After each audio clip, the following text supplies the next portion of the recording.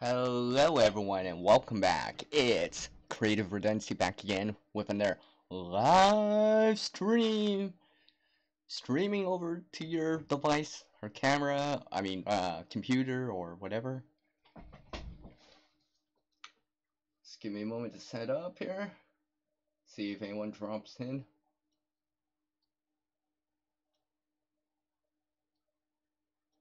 While I wait here. I probably won't be on too long on this live stream. Maybe half an hour at the most. As I have to do stuff a little bit later here. So while I wait for people to jump in here, I'll probably be showing a few things I haven't shown in other videos, stuff like that. Just generally talking about stuff. Nothing too major. I guess I'll just keep, yeah. Oh, I do have someone jumping in. Hey Jeffrey, how's it going, man? I'm just waiting for a couple people to jump in here before I start the main content of this live stream.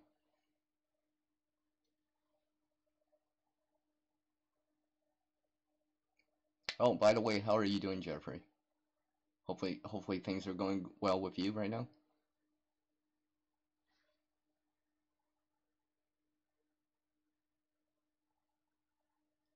Yeah, I got some more people jumping in here. That's cool.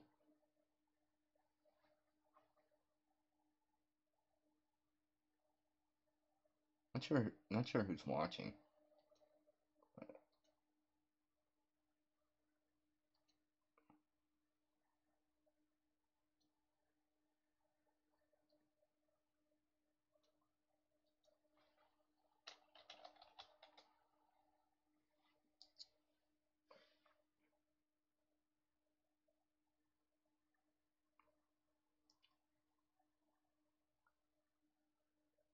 I'll wait a little bit longer to roll in my intro and get started with the main part of this live stream.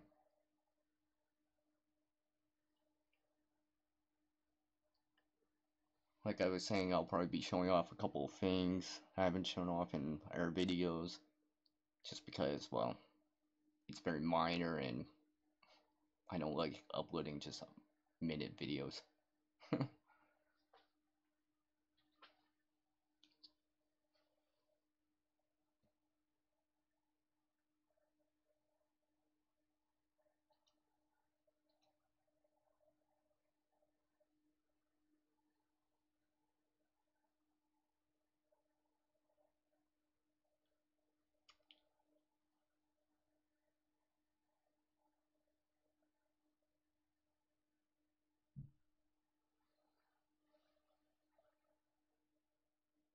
So in the meantime, while I wait for some more people to jump in here, I just want to say a special thanks to everyone that's been supporting my channel here. I greatly appreciate it. You know, I appreciate your guys' views, the comments that you guys leave behind on the videos, and you know, suggestions and general input. Greatly appreciate it. All that feedback is awesome.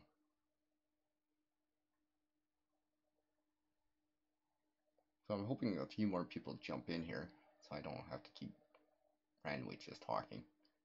And I got some more people jumping in here. That's cool. Welcome, welcome.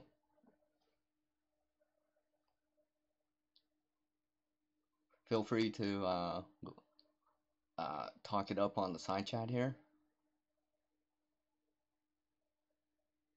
I'll wait for maybe a few more people to jump in, and I'll start off the main content of this video. Like I said, I probably won't be on too long, maybe a half an hour from now, maybe an hour, give or take. Maybe a little bit longer if I got some more people watching.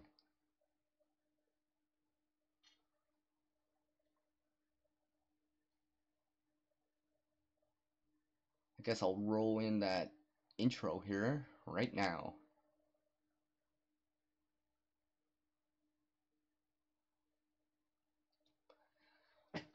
Hey everyone, and welcome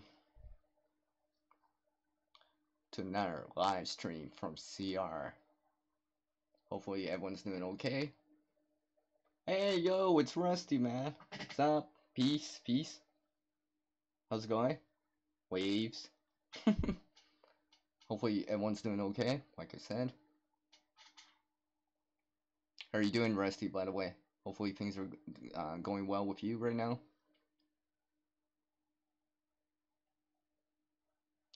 And like I said, you guys can leave, start hitting the chat with whatever. You know, feel free to sub if you want to, but you know, if you go sub, go check out some of their content as well. You know, show them the same love that you give to me.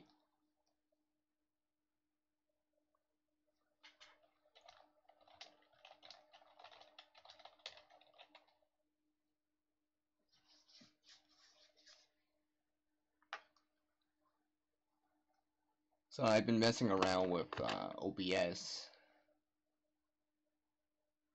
and that's why I got this banner on the top. Now, I kind of changed up the audio settings from the last live stream that I did.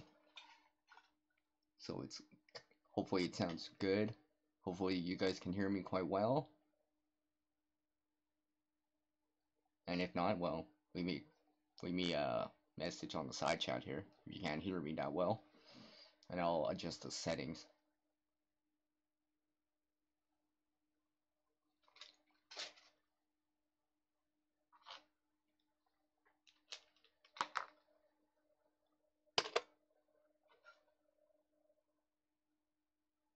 So while I wait for a few more people to jump in here, hopefully.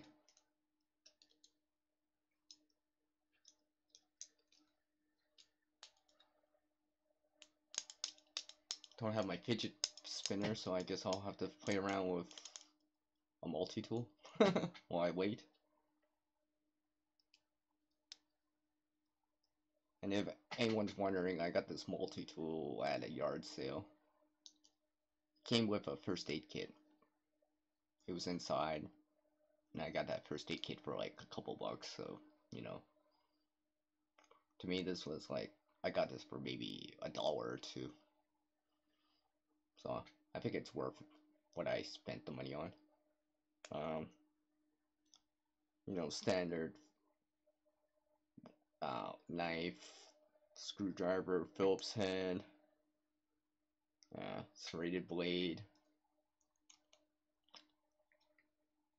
I know the scissors are kind of crappy on it, kind of small.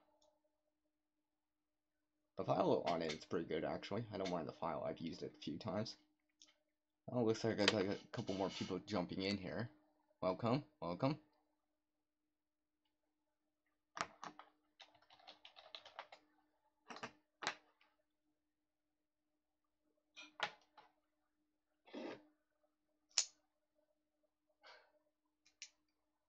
So,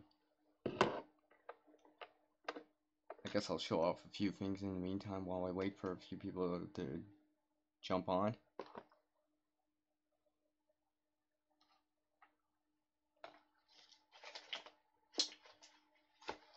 A couple things I've been working on, which include this, which is basically paper, you know, a paper firewall here. So it's pretty big. I mean, here's the size comparison with a normal big lighter. So it's pretty big. It's pretty wide too, as you can tell. This one's already dried out. I'm not sure what I'm gonna do with it. Maybe soak it in something for added fuel. So I'm hoping to make a bigger one of these, but the thing is, these paper firewalks take a little bit of time, especially if you're using the water method to kind of, well, roll it up. So it takes a little bit, but I think it's worth it, especially if you got lots of kind of newspaper laying around and stuff like that.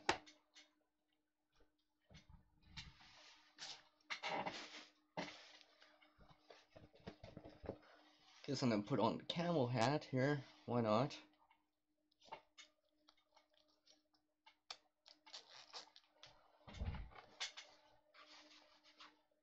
I was kind of hoping that a few more people would jump in here.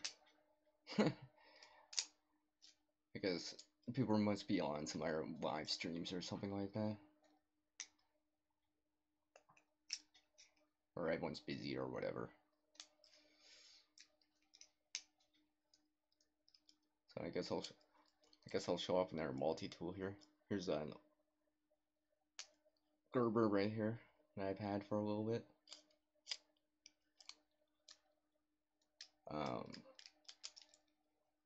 All the tools are accessible on the outside. I mean, from the well, you have to open up the tool to access the tools. It's not locking.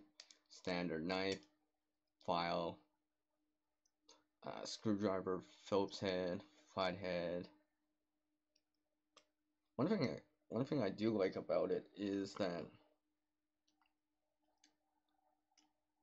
it has a place, a loop right here, so you put a lanyard around it or something like that. I got a couple of people dropping in now. Welcome, welcome. Thanks for dropping by my live stream here.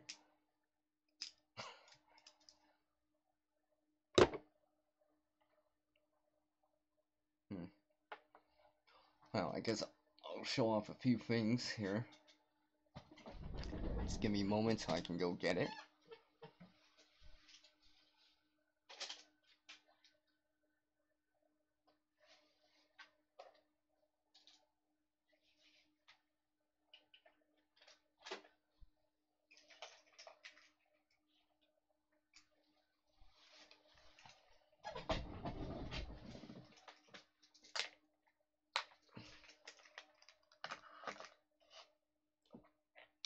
So I guess I'll show off a few things that I've recently picked up.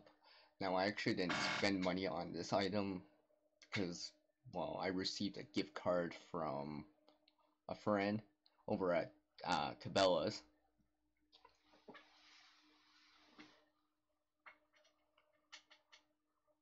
So basically I picked up this whistle right here. Came with an orange type of lanyard. I kind of modified it so it has a breakaway piece on it. Took off the keyring that was on it, stuff like that.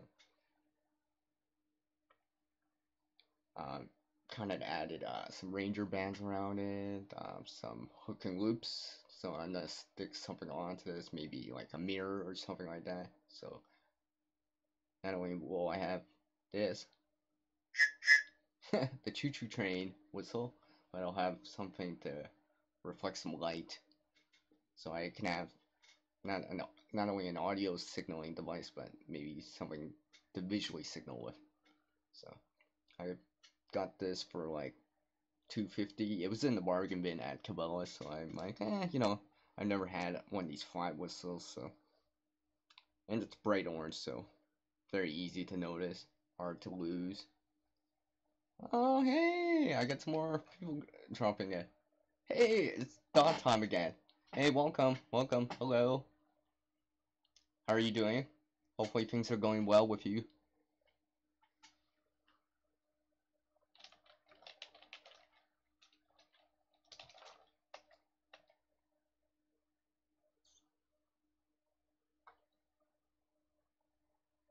Yeah, I was just showing off this whistle that I picked up at Cabela's for like $2.50 in the bargain bin.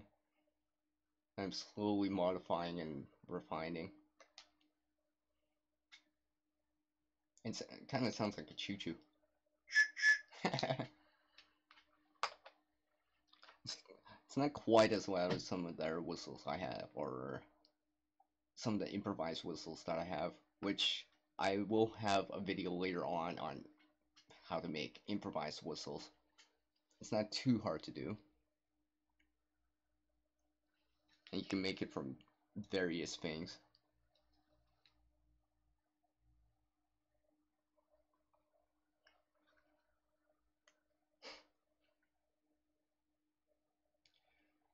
And like I was saying earlier, feel free to, chat with each other on the side chat right here. If you want to sub to each other, that's cool with me. But you know, go check out not only sub but check out their content as well, right? Check out a video or two.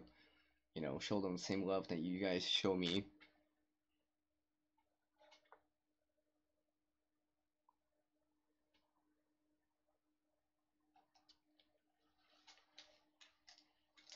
So I guess I'll show off a few things here while I get some more people to jump in here.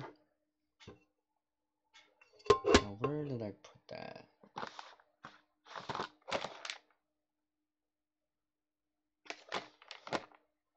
Just give me 1 sec here.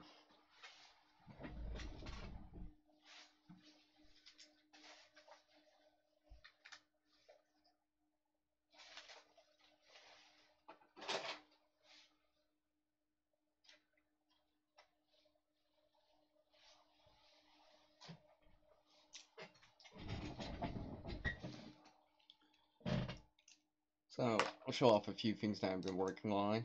Well, I don't really need a video per se on how to do it or how to make it because, well, it's not that hard. I mean, such as these kind of, for lack of a better word, a sparky, a plastic sparky. Like you can get these commercially that are made from like metal and stuff, but these are just made from Bics. So basically I cut them down and refined them down, and now they, oops, spark. Oops.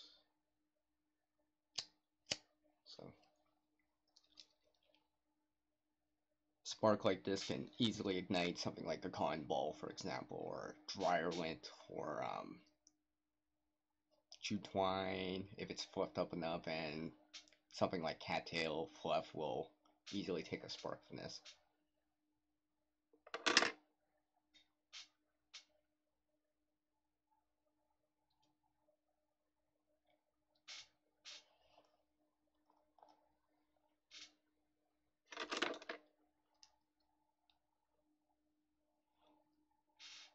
At first I thought you had to use a one of those clamps or weighted clamps to do something like this, but I found out you don't necessarily need one, but it does help because it speeds up the process.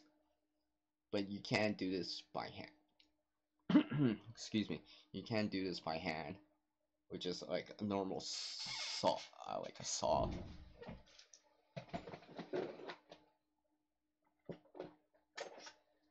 So you can just take something like this and just kind of go back and forth on it and go all the way down. The mini Bics are a little bit more tricky to do because it's closer in, so the little spot that would be releasing the butane to get that flame gets in the way. There's a little piece of metal, so you have to remove that on the mini Bic before you can slice it down. On a normal Bic, there's enough clearance so you can get your saw blade past it, so you can go back, you know, saw down, and saw off the bottom, for example.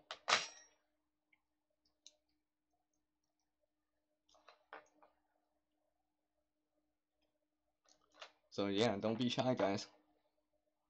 All comments are welcome right now. If you want to hit me up on a question or whatever while I'm here, you know, it's all cool.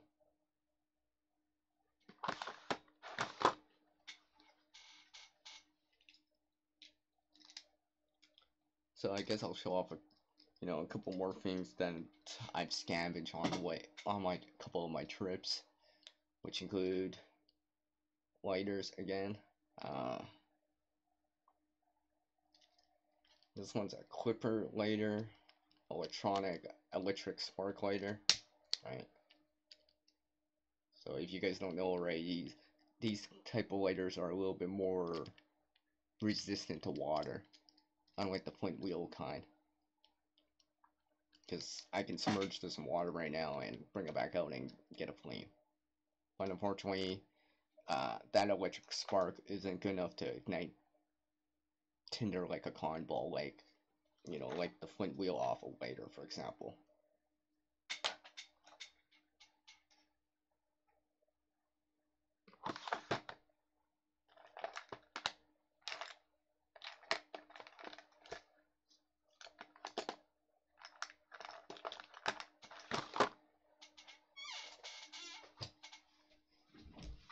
Boy, my chair is squeaky. I think I'll stand for a little bit here, or kneel down a little here, so you guys don't have to hear that annoying squeaky chair sound. I got a couple more people dropping in. That's cool. Welcome, welcome everyone.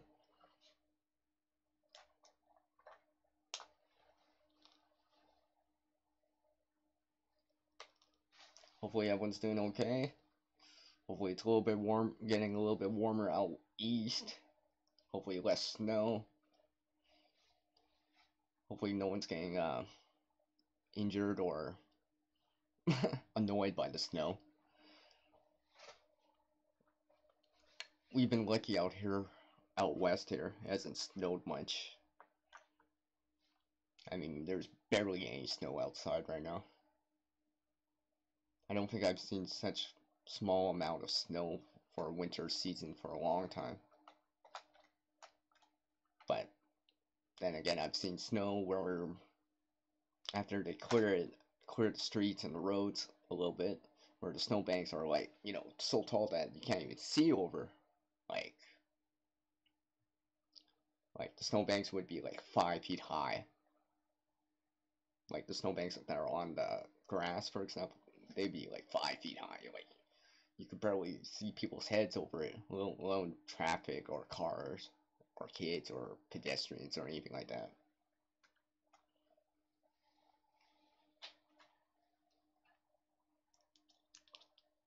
So I'll show off something that I actually showed off in the last live stream that I did. So if anyone can guess what this is, right here, let me know in the comments. Or I mean, on the side chat, I mean.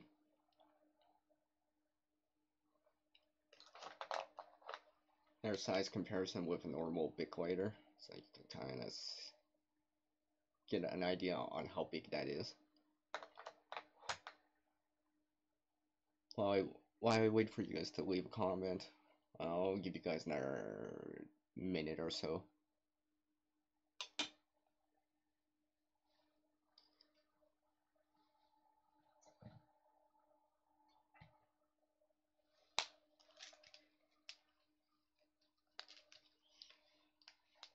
Right here, you guys know that how much I enjoy braiding, man. I've shown this off in a different video on how to braid yarn, which is basically plastic yarn. And basically right here in this 1 liter 32 ounce kind of water bottle, I have a bunch of similar color bags, which I'm gathering up to create another zipper chain sennit.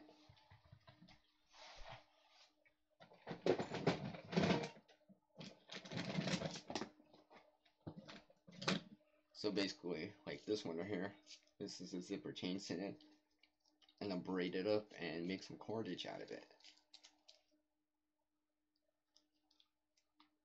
And this is 4 strands of yarn, so 2 layers each, intertwined, and the loops are intertwined, and I get cordage like this. So it's quite strong for what it is. I mean, like, it's nothing like paracord or bankline or anything like that, but I mean, like, it's pretty strong. I cannot pull this apart with my bare hands right now.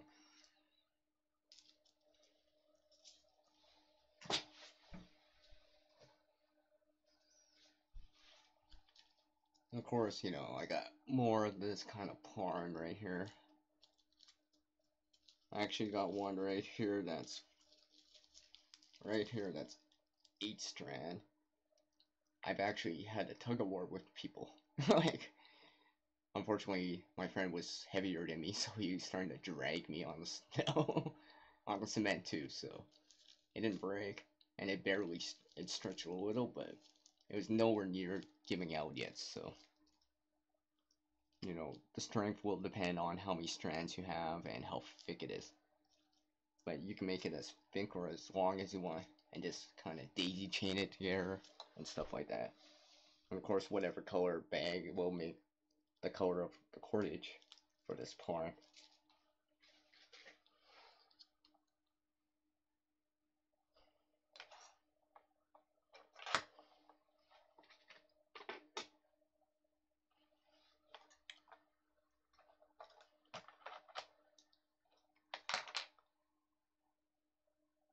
So basically this right here is just something I made last night with just a normal, stick that you could find on the ground. I kind of hollowed it a little, and basically what I did was made a wooden pen. And yes, that pen does work, and it's hollowed a little bit on here to make a cap. So I can kind of put this back on, and I have a cap. I mean, a pen. It's still right. I just have to figure out how to put it back on the top so I can, while you're writing, you don't have to, you can put the lid back on. Just like a normal, plastic pen or whatever.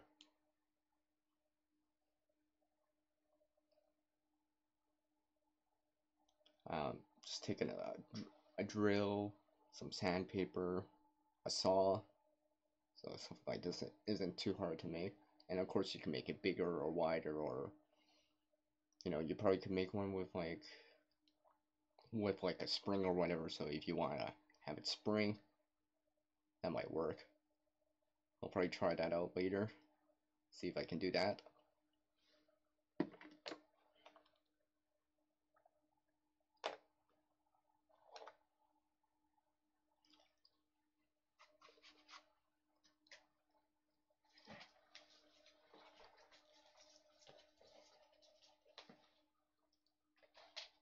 So if anyone hasn't checked out my last few videos that I did on the scavenging that I've done, because that video I probably should have recorded a little bit more on it, but the big vinyl thing that I showed off in the last video where I went for like a walk for like 90 minutes, 7.5 kilometers or 4.6 miles. I basically found this right here. It's vinyl-like material. I can see here. This is what I picked up. It was actually sitting when I was trying to cross a crosswalk, like at an intersection or whatever. It was just sitting on the corner. I didn't know what it was at first, and I still have no idea what it is. Some sort of rain cover for something. So, in theory, I can actually put this on, cover my head with it if I want to. So, although it's not that big, but at least protect my back and my forehead. So, hey, it's so Steve. What's up, man? How's it going? Oh, look at that. Hey, Rob, from the Off-Grid Tiny House. Welcome, welcome. Thanks for dropping by, you two.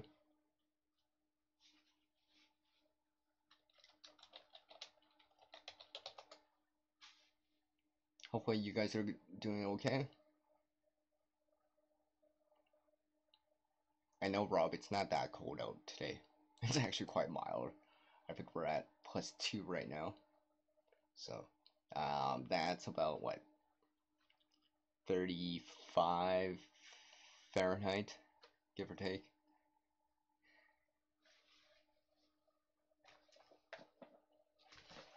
So yeah, like I was saying,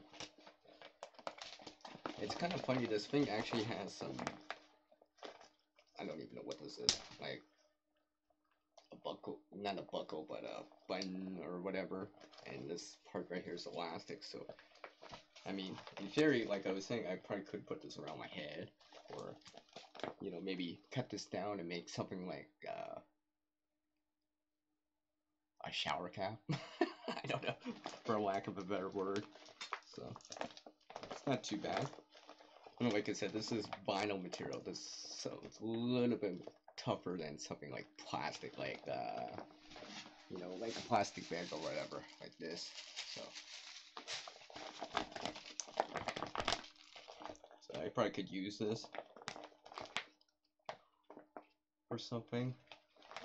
It's a little short or not too big, so I probably couldn't use it like a ground ground sheet or a ground cover or whatever.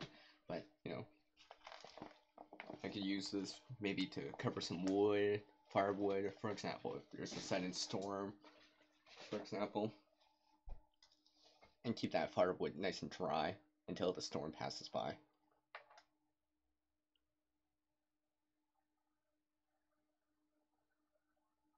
Hey, it's the off-grid world. Welcome, welcome. Thanks for dropping by. Staying warm. It's +2 here. 35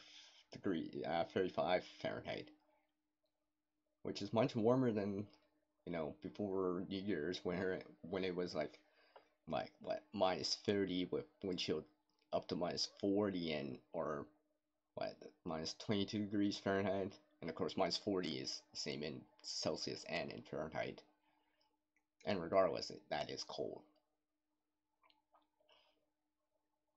Like you gotta bundle up. Any exposed skin, you know, within the first minute you're already getting feeling frostbite, and within 10 minutes it's already numb, or you can't feel it at all. And yes, I actually have the video up. If you haven't checked out my extreme cold scavenging type of video, uh, it's about 2 videos back. Um, I uploaded that back on the 29th.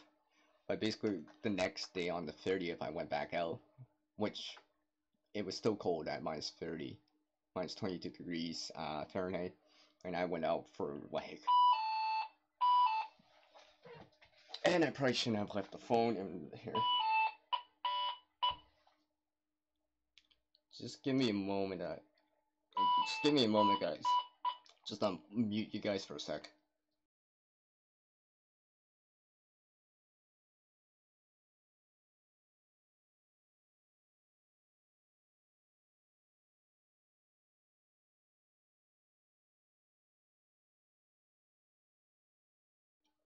Sorry about that, guys.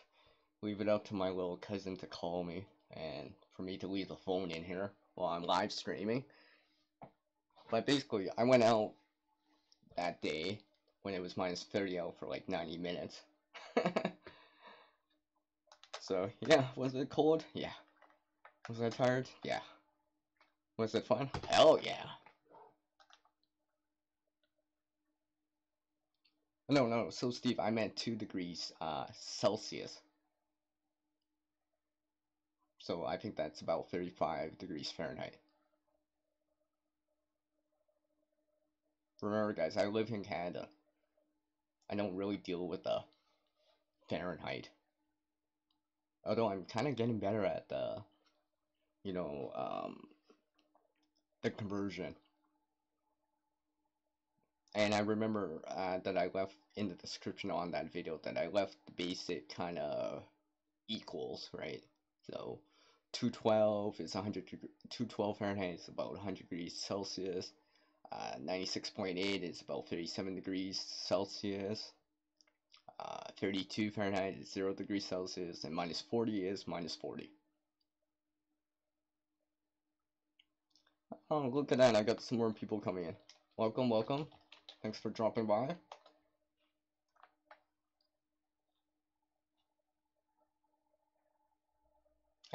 You know what? With you guys out in the States, and I mean, we use inches here too. I mean, so it's just easier for me just to try to remember, you know, was it 2.5 centimeters equals like 1 inch or something, and the conversions for like temperature. Because I know a couple of those YouTube channels that talk in Fahrenheit. I'm like, oh, 70 is about 70 degrees Fahrenheit is about like what 15, 18 degrees Celsius. Uh, let's see, 30 degrees Celsius is about like 93 Fahrenheit, give or take. Don't quote me on that. I'm not even Googling it right now.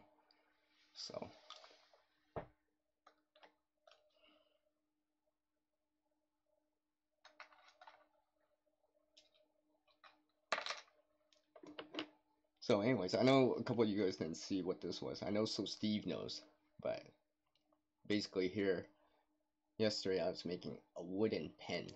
Look, a wooden pen with a cap.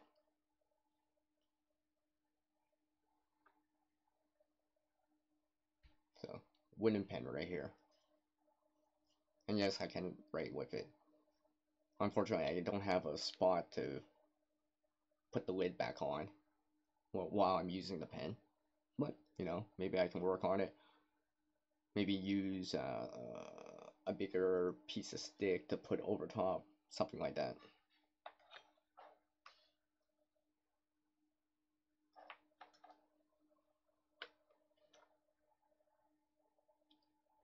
Yeah, I'll probably go on this live stream for like let's say 25 minutes, give or take. Hey, thanks, Steve. Have a great. I appreciate that, man. You guys like my camel hat? One of my friends gave me this nice camel hat, so they're like, if you're not go hunting with us or whatever, or fishing or whatever, you gotta wear the camel hat, CR. I'm like, okay, okay, okay. Because they were tired of me wearing some different hat or whatever. So he passed me this hat. I'm like, okay, okay, okay. I'll wear it, I'll wear it. Calm your horses.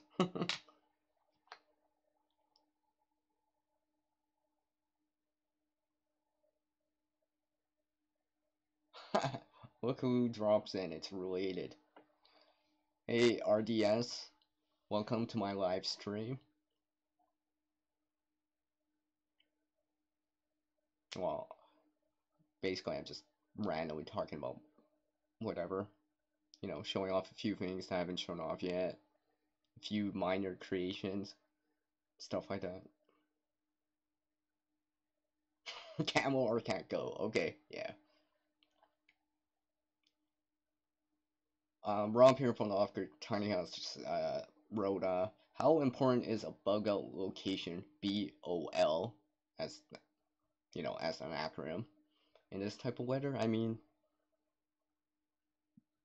like, if it's minus 30, minus 22 degrees Fahrenheit, I mean, in extreme weather conditions, you can only probably get by for, you know, maybe 3 or 4 hours before like the coldness starts to sink in, especially if you're not doing much, and especially if you do not have fire or a heat source to back up that shelter.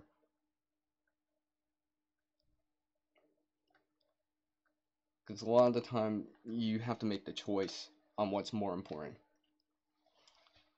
the shelter, fire, or the water. Depending on the situation, sometimes one has higher priority than the other. Like in the winter here, I mean, shelter and fire probably gonna be more important than water. You're probably not gonna die from dehydration on the first day, and of course, hopefully there's snow around. But during the summer, or the hotter times of the year, fire is probably not quite as important unless you need to boil that water to, you know, uh, disinfect it or biologically disinfect it. But shelter, for example, is gonna be important year round. I mean, you're blocking the wind, that rain, that wind chill, the hotness of the sun. So yeah, but a location during this time of year is important if you can have one and, you know, keep it going.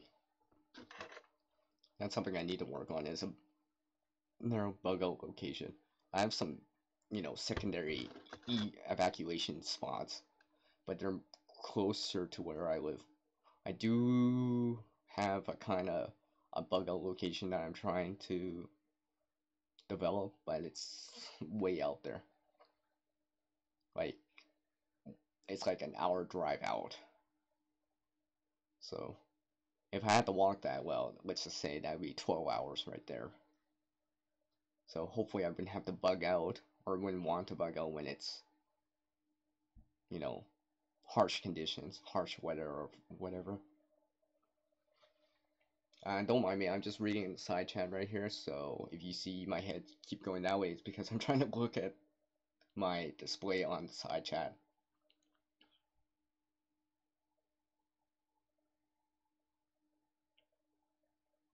Oh yeah, yeah, you're totally right, Rob.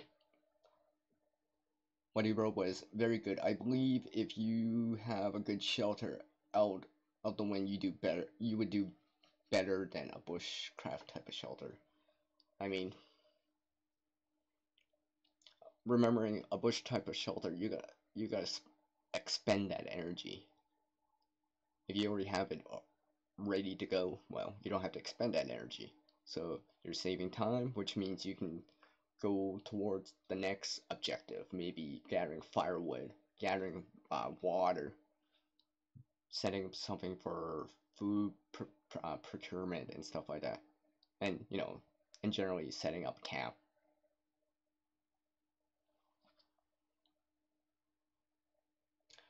Hey, it's Bug Out Brad. Welcome to my live stream. Thanks for dropping by, man.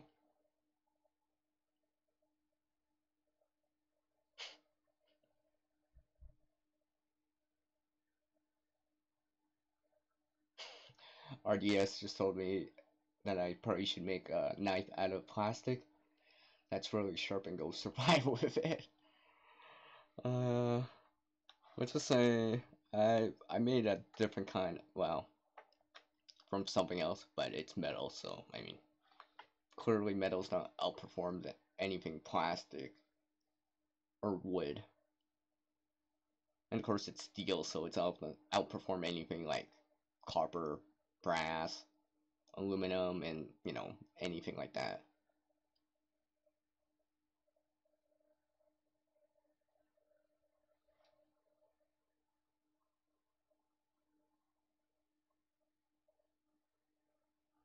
Oh yeah, you're totally right about that, Brad. What he wrote was storing 6 mil. Oh yeah, yeah. I think he means like shelter. I'm assuming he's talking about a bag or a garbage bag or something like that. And have wood ready at your BOL bug out location, and of course knowing your route that you're taking and your general area or general camp that you're trying to make, that safe zone that you trying to have, so you feel safer, can get a good night's sleep and stuff like that. Hey, thanks for the love, Bug Out Brad.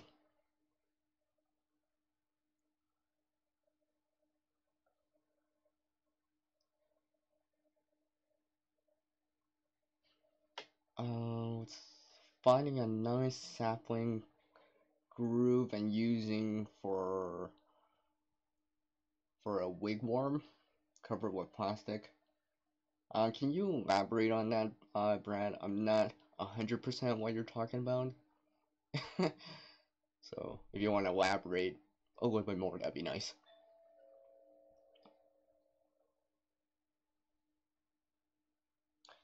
Just give me one sec, guys. For some reason, someone's at the door. I will be right back in just a moment. So talk to each other on the side chat. I'll be back in just about a minute or so.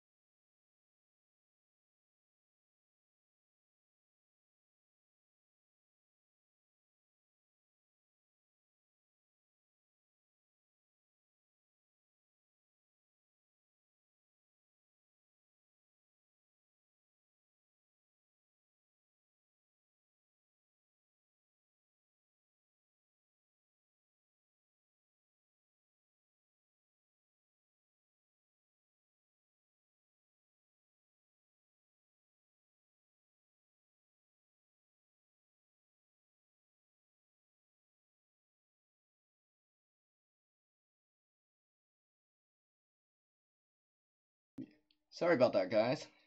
Leave it up to people to come to the door when I'm live streaming, but you know how it goes when you're live streaming. Everything else just is there.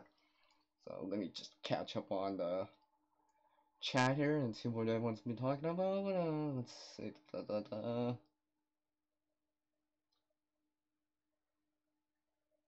Let's see. What do you guys take on a portable wood stove or tent stove?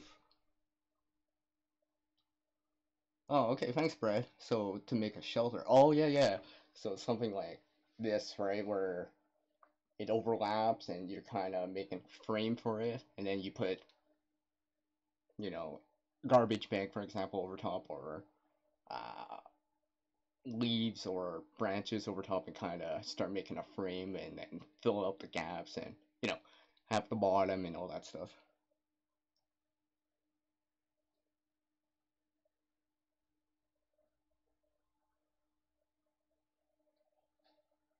Just bear with me as I try to catch up with the chat from you guys here. You just chatted away so much here. Okay, okay, I see, I see. See what Bug Out Brad's talking about here?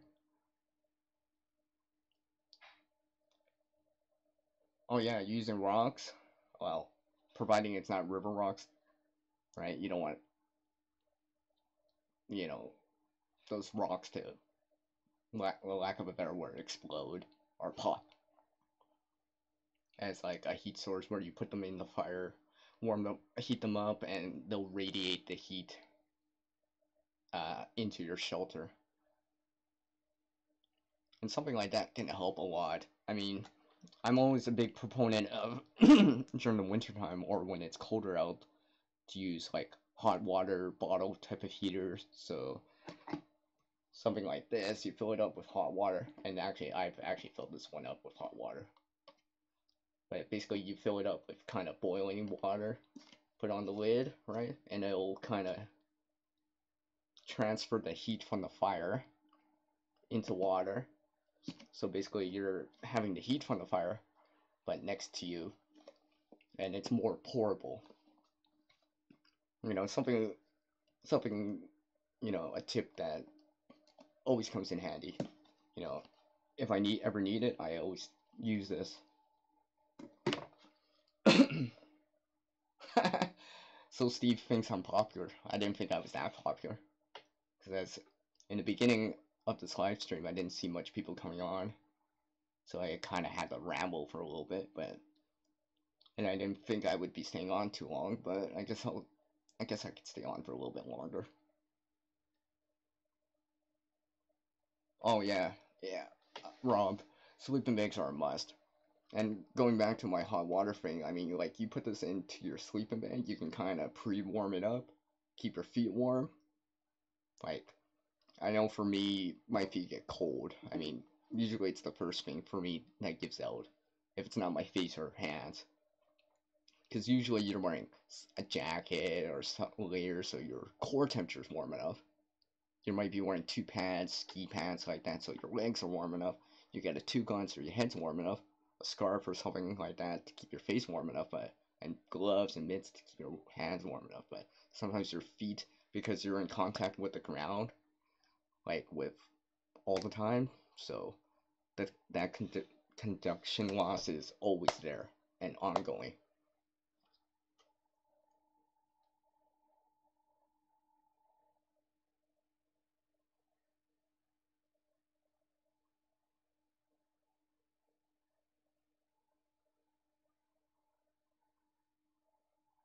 Cool, cool, cool, cool.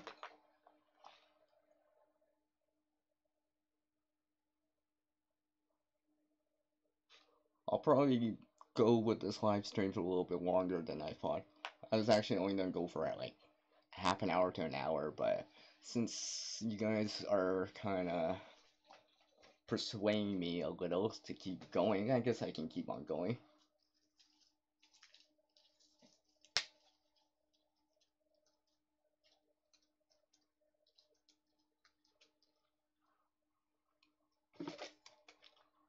Oh, that's cool. So, Steve, yeah, I mean, I've learned about hot waters ever since I was a kid.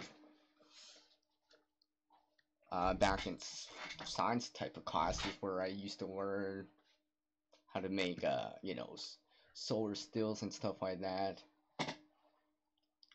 Like we had this big project, well, class project where we were in groups where we had to basically warm up water, right? And whoever had the warmest water won. So, so you know, I've learned about that.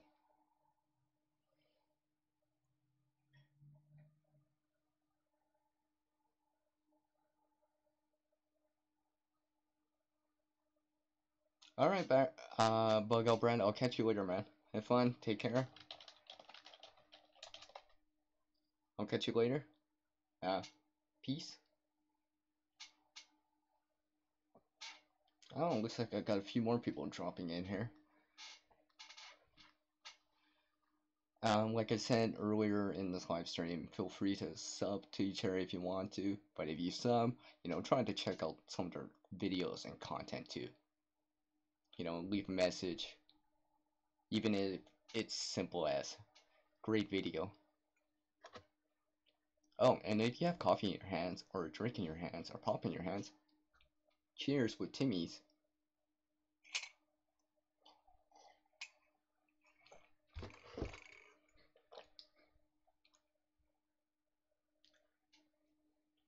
Hey, it's Backpack Bushcraft.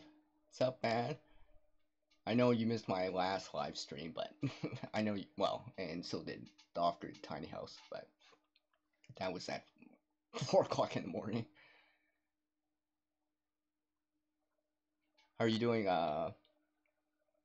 B-Pack Bushcraft, as you like to be called also?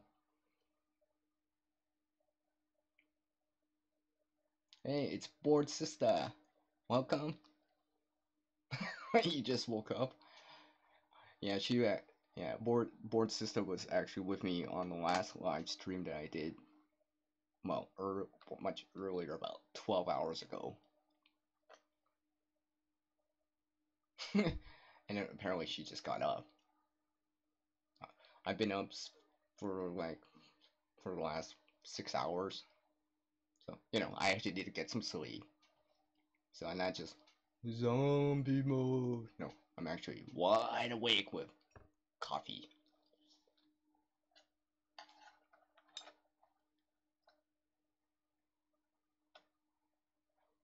So, from Rob here from the off-grid tiny house. How's that? How's the tiny house going? Sorry, I haven't dropped by to check out some of the content lately. Been kind of busy. Trying to, you know, learn some more stuff. Hopefully the tiny house is going great for you. I think I'm quite behind on your videos lately. So I have to go, remember to go check out the content and drop over there.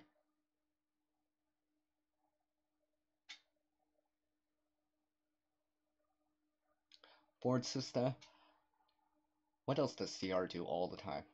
I mean, besides videos and live streaming and heading out and doing real world stuff. I'm always in creation mode. Like, always. Even when I'm waiting in line. Yes. Even when I'm waiting in line, I'm braiding something to pass by the time.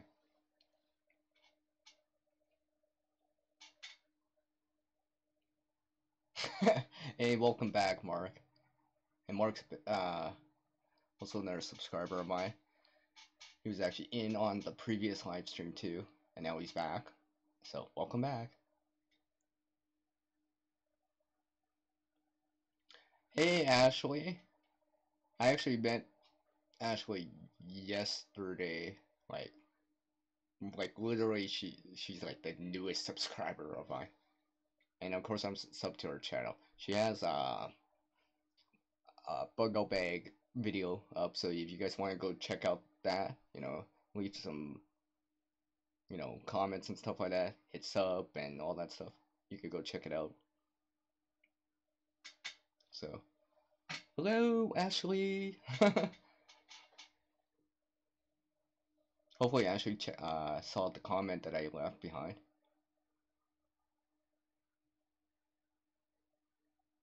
Oh yeah, that's cool, Ashley. Thanks for popping in, so to speak.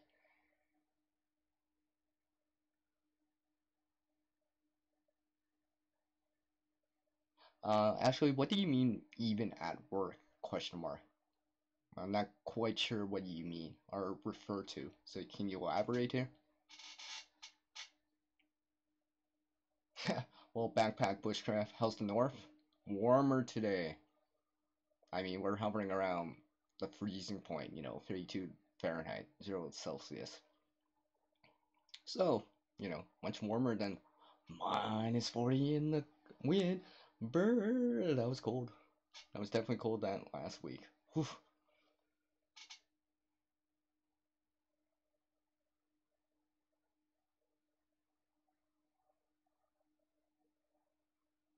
No, it's cool. Yeah, yeah, that video that Ashley has, it's like 20 minutes long. But like I always say, if you can put the closed caption on and 2x the playback speed, well, you can get through a video faster. Especially if you can still understand and know what's going on. Sometimes I do that just to get through videos faster. I mean, like, there's only so much time in the day to watch videos. And mine is sleep, cooking, showering, spending time with, people in the real world. I mean, you might have only 8 hours to watch videos or to have your own time. So every minute counts. And you guys know how much videos there are out there on YouTube. So,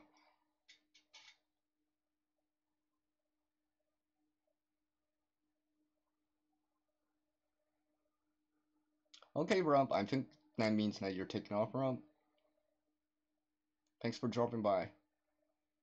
So if you guys haven't checked out the off-grid tiny house, he's got some awesome videos over there. He's currently creating his well, tiny house, and he has a whole bunch of videos on him upgrading and enhancing his tiny house, such as like a thermal barrier and stuff like that. He's got his own stove out there, of course, solar panels. You guys know how much I like solar, so go check it out if you haven't already.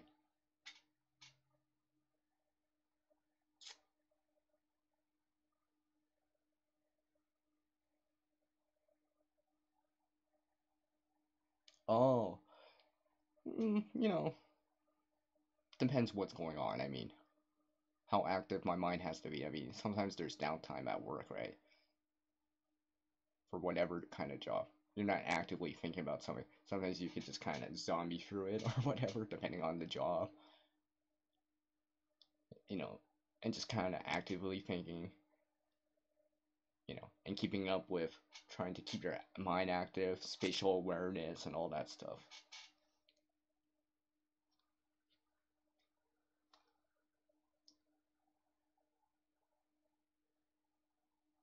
Yeah, yeah, board system, that's cool, that's cool.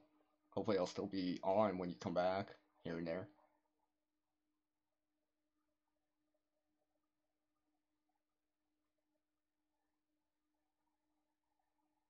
Oh, okay, that's great.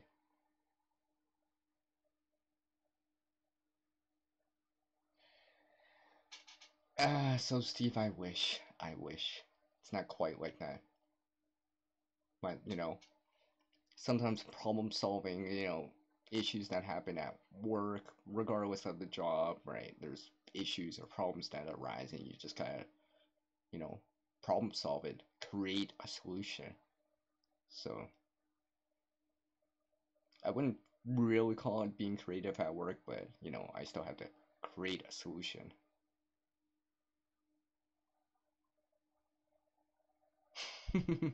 That's cool, that's cool.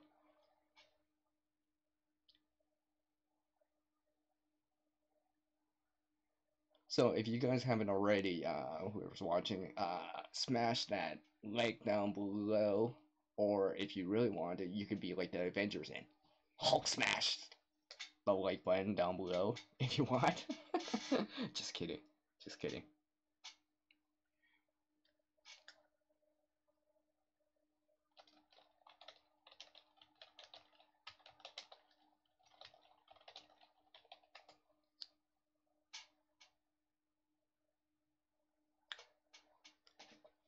So I don't have any moderators yet, but you know, maybe I'll consider some of you guys right now as moderators if you're down for it. And if you're not, well, let me know right now if you don't want to be. Because I was thinking some of you guys as a moderator if you want. Maybe like you, so Steve, if you want. Because you've been, you know, very supportive of me. And you came by my live streams. Or at least the first few anyways.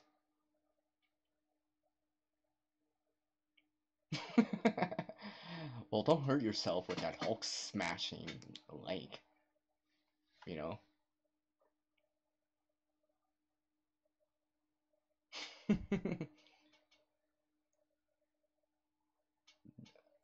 Sorry, I keep looking to the side. My side chat's just to the side on the monitor right here, so I'm just trying to focus my eyes on it. So sorry that I'm not looking directly at the camera right now.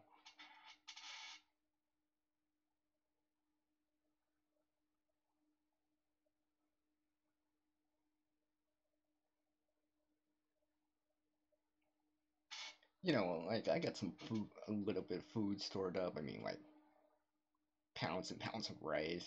There was some beans, bottles of water. I mean, I just recently picked up another water filter to add to it. But income's a little bit tight, to say the least, right now. So unfortunately, you know, I can't get what I want right now. But hopefully later on, you know, something good will happen.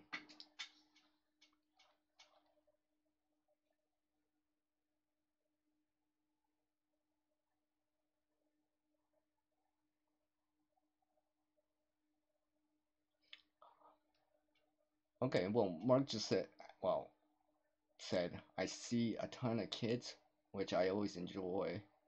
Was curious if it was expanding. Mark, there's probably a bunch of kids I haven't even shown yet. I mean, I just realized I keep saying that I should really be showing off some of the, you know, bigger banks, you know, what in this community be known as a GHB or a BLB or an H bag, you know, get home bag, bug out bag, I'm never coming home type of bags. I still have to show mine, but you know, they're always a work in progress. I'm slowly bringing them together, refining them.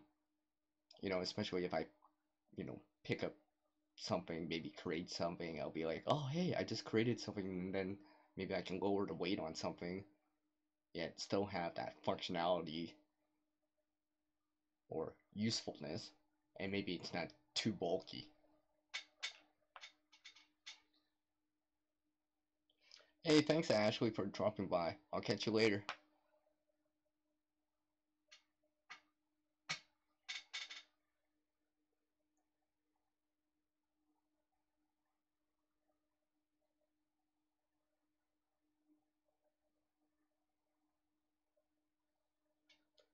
Hey, thanks for dropping by, Backpack Bushcraft. Thanks for dropping by and checking me out. And if you guys haven't already checked out Backpack Bushcraft, he's got some awesome videos too. I haven't seen, well, I saw the live stream he first tried, but and some of the older videos, but I haven't seen any of the newer stuff recently.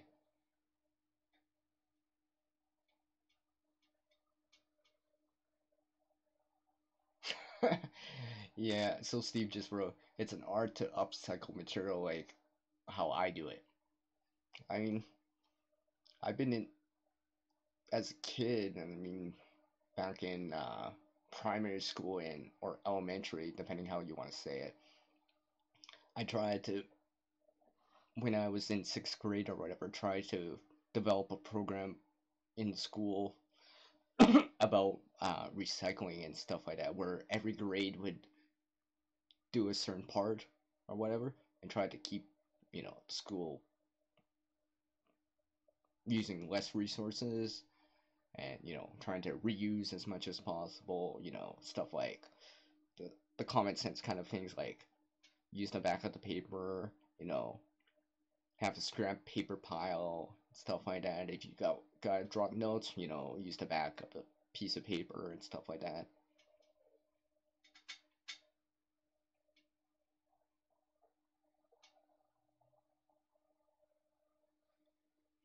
Yeah, I guess I upcycle quite a bit, don't I? Yeah. I just I just don't I mean, on this planet that we live on, I mean,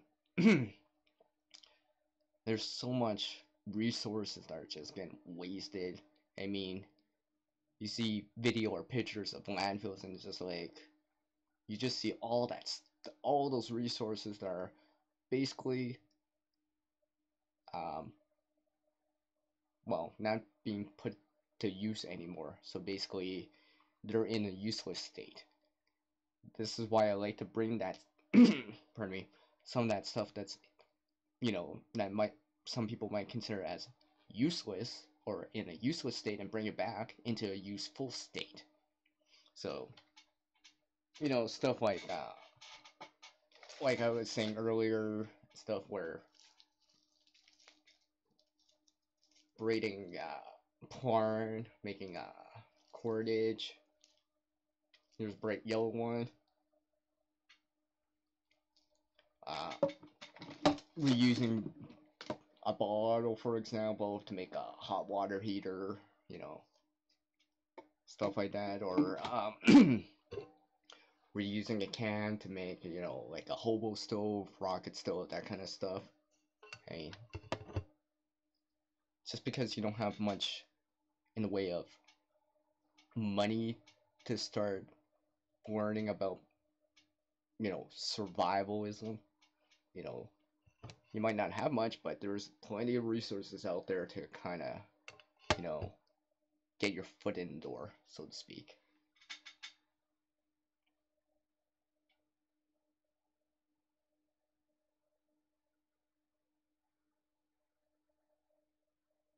Yeah, yeah, I know about HDPE. I've seen some videos out there where people kind of melt it down and kind of make stuff out of it, like a slingshot, for example. I'm hoping in one of these days I'll, get enough HDPE to do something like that. And if anyone doesn't know already, HDPE means high density. Well, you can Google it because it's slipping my mind right now. But polyethylene or something like that.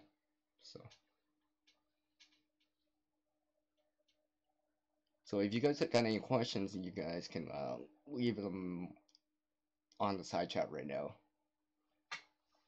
While I just catch my breath here and have a sip of coffee. Cheers to everyone. Of course, with my Timmy's cup. uh, that's some dang good coffee. Just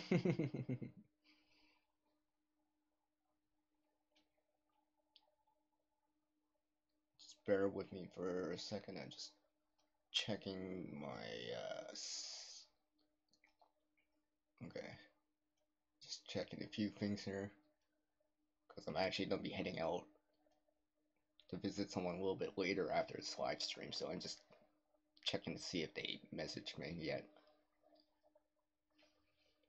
Oof. Starting to get late. Sun's gonna set probably within the next hour, so it's gonna get dark here soon. Eh? I mean, yes, I'm Canadian. Eh? I don't even use that word. Eh? No, just kidding. But yes, I am. Mark was asking me if I'm Canadian. I'm like, yes. Eh? So yes, you'll hear me talk about centigrade, not usually Fahrenheit. Although I'm getting better at, kind of knowing how that temperature is in Celsius. stuff like that. So I think like 80s is like what 20 degrees, 70 Fahrenheit is like 15 degrees Celsius, and I know 50 degrees Fahrenheit is 10 degrees Celsius.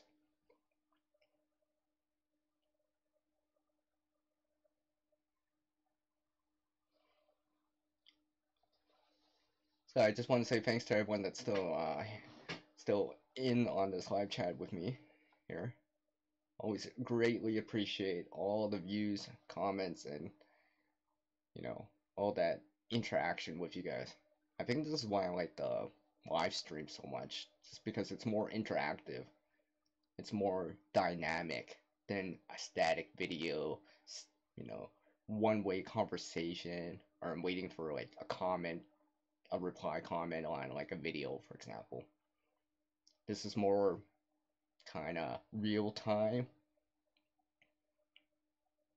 and you guys can freely ask questions, I can freely talk about stuff, and besides, you guys don't want me leaving like a bunch of paragraphs just to explain something or talk about something when I could just talk about it in like 10 seconds.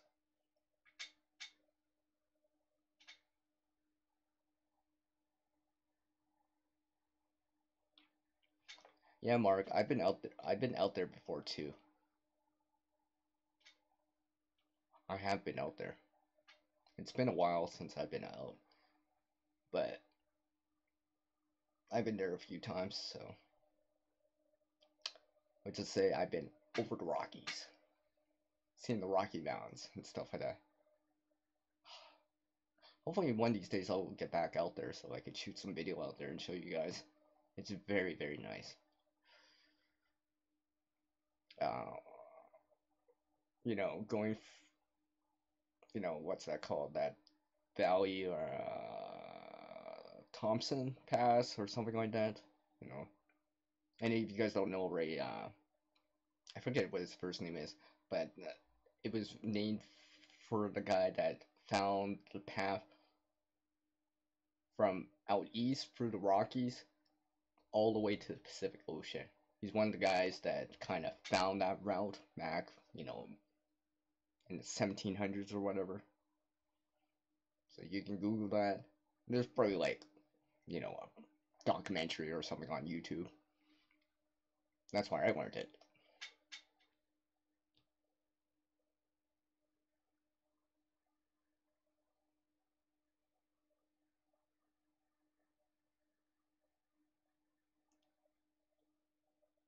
Oh yeah, you're totally right about that, Mark. I mean,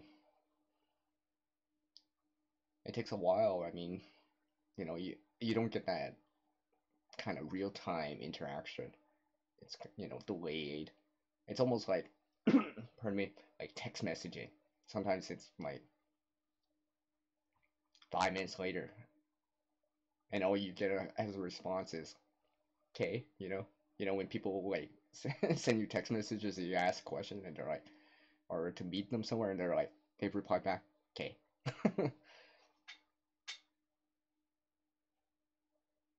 Oh yeah, yeah, Mark. I've been down to Whistler before, at least once. So I've seen the ski hills. Although I didn't go skiing that time.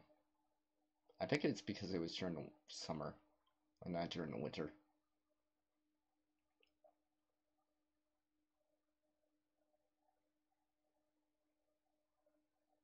I've never been bungee jumping, let alone skydiving or parachuting or anything like that. I have a partial fear of heights in terms of like, you know, if I look down and I see a 40-story drop, yeah, I'll be scared. Little, you know, but most people have a partial fear of heights. I don't think unless you skydive, bungee jump, and parachute a lot, well, then you probably, it's nothing to you. It's in the back of your mind, but the excitement of doing whatever you're doing is more entertaining that you don't think about it.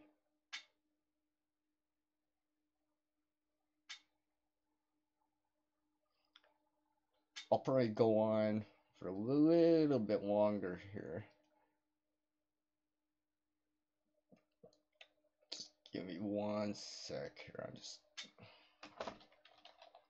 checking up with a friend I'm supposed to be meeting in a little bit here, seeing if they're ready yet, so I can notify you guys on how long I'm gonna keep going with this live stream. So until he starts messaging me with an exact time to go meet up, I'll keep this live stream going.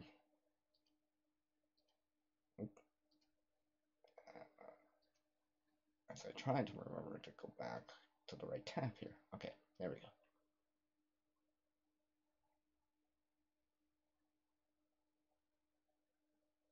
Huh.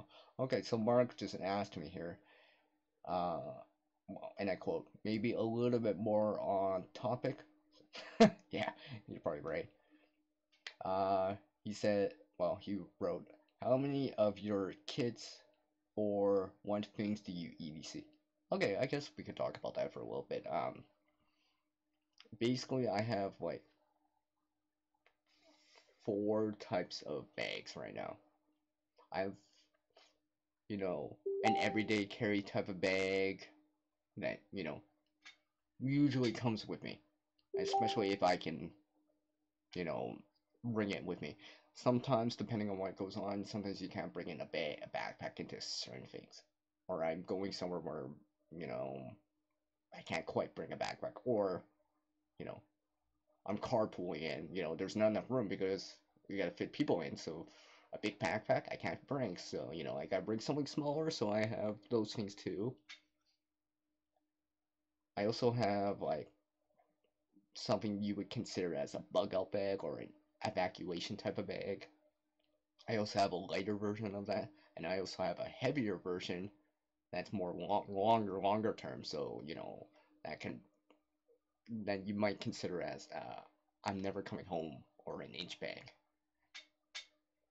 And what things do I EDC? Well, you'll have to wait for that video. But let's just say I EDC Streamlight, flashlight, my keys are on that. Like I've shown that video before. There's version 1 and 2 on my channel right now, and you can go check out. I have a playlist on what I EDC, or when I'm starting to EDC. So you can go check out that video if you want. And basically, well, I guess I'll release now, but basically, I EDC a belt. And, a couple tins in my pocket and stuff like that. I mean, if you guys haven't checked out my supplemental survival kit, well, quick sneak preview on version 2, but it's in my pocket right now. And I've updated it since, there's a little bit more in there, refined a little and stuff like that.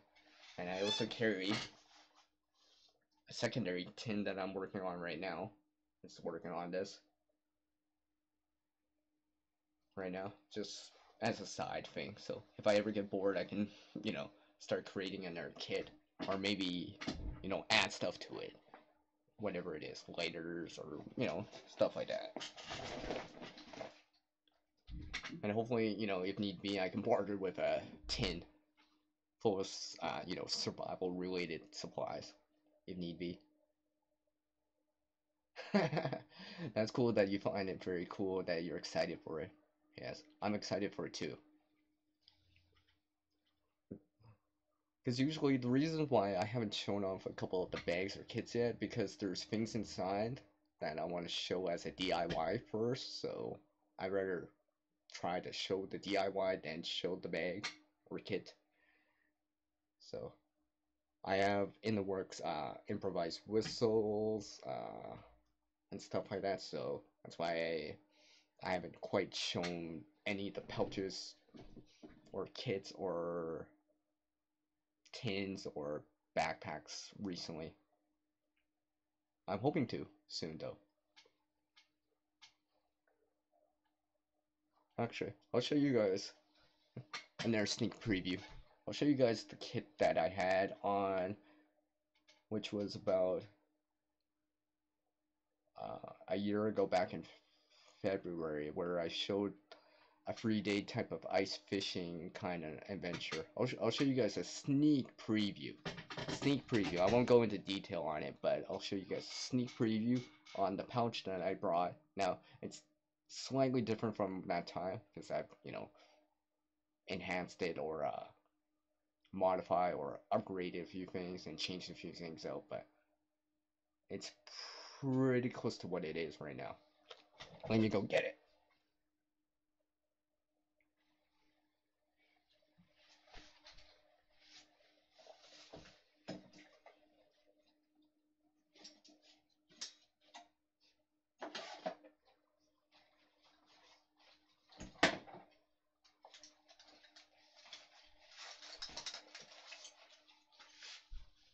So right here, I won't show much because I don't want to reveal too much, but basically this is the pouch I had on that 3-day ice fishing adventure. This is sitting, with me, and basically I used it while I was there. It came in handy. I boiled some water, made hot water heaters with it, stuff like that. I'm slowly bringing it together and making it better, especially as I acquire more stuff or learn how to make something.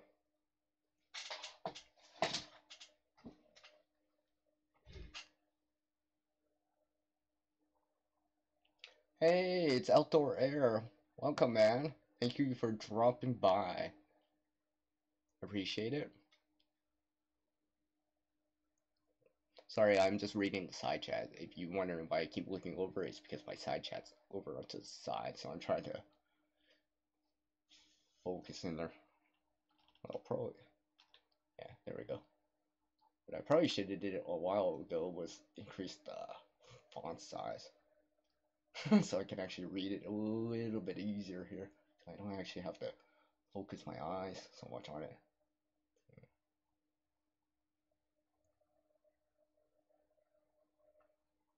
Oh yeah, you're totally right about that, Mark. These kits should always be in a progress of being updated, enhanced, right? And try to make it as best as you can. I mean, sometimes there's a certain point where you're like, unless I get another $100 worth of gear, it's not gonna get any better. You already have, the basics. Cutting tools, combustion cover type of things, shelter, fire, water, food. You feel safe. You can defend this camp or whatever. You know how to navigate. You know where you are in relation to everything else. And, you got wheels to move around, right? Stuff like that.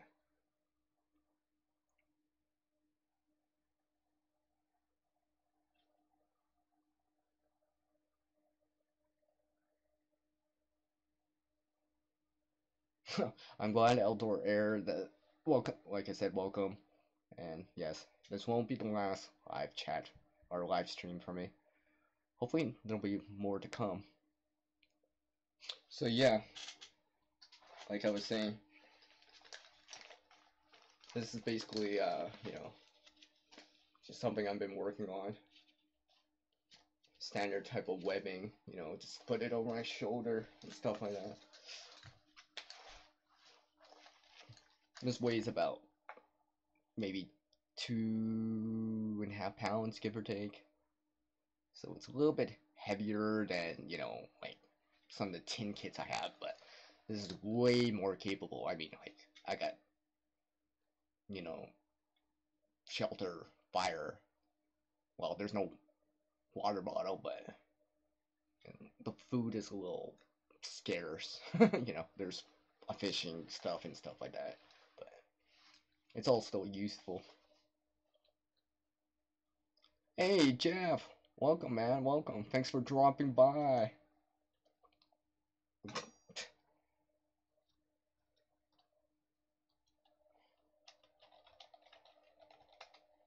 Thanks for dropping by, Jeff. Yep.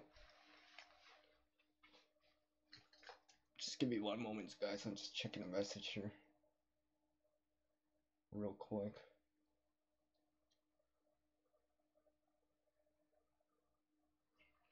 Well, you guys are lucky.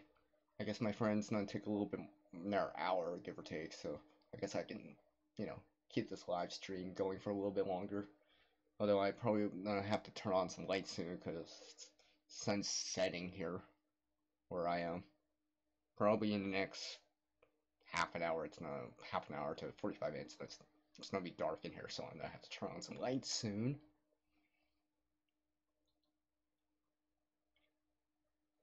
You're quite welcome, Jeff. I appreciate you dropping by. I got some other videos up if you haven't checked them out already. But they're all scavenging type of videos. Well, I also uploaded another live stream that I did earlier. So, in the meantime, I better put my pouch away. Yes. You guys will see this later in a different video. So you'll have to stay tuned for it. And that doesn't reveal everything on this live stream about it, but let's just say there's a few things you might not have seen before. Because I've never seen anything, some of this stuff before until I acquired it. I was like, oh, that's cool. You know, it's multifunctional or it's all together. So just give me a moment so I can put this away.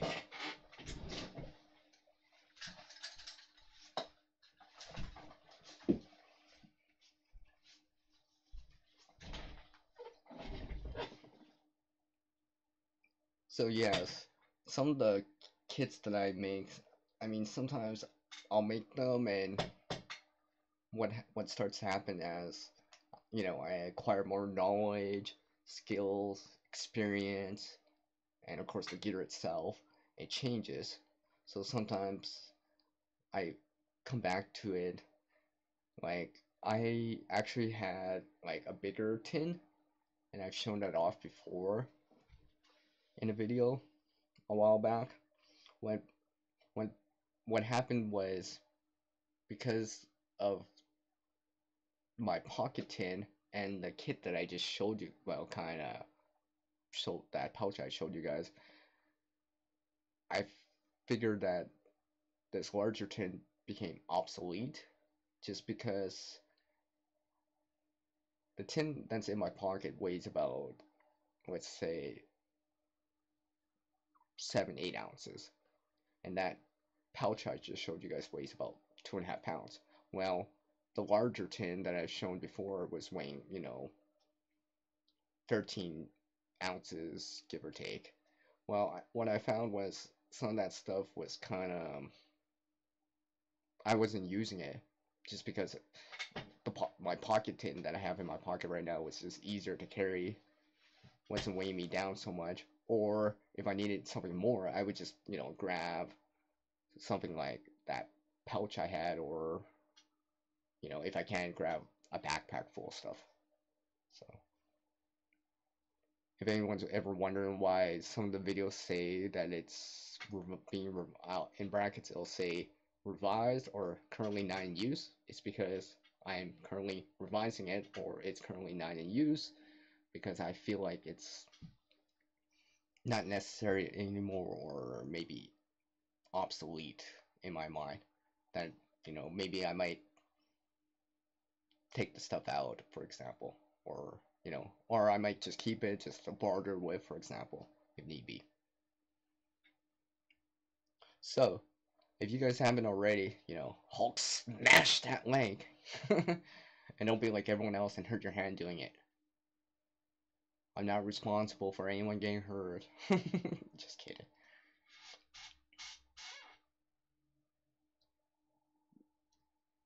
Just checking on a few things right now. Sorry. Just seeing if anyone's messaging me. Alright. Messages, yeah.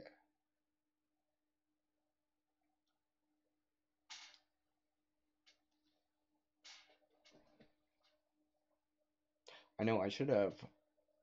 It's kind of, you know, I should have brushed it.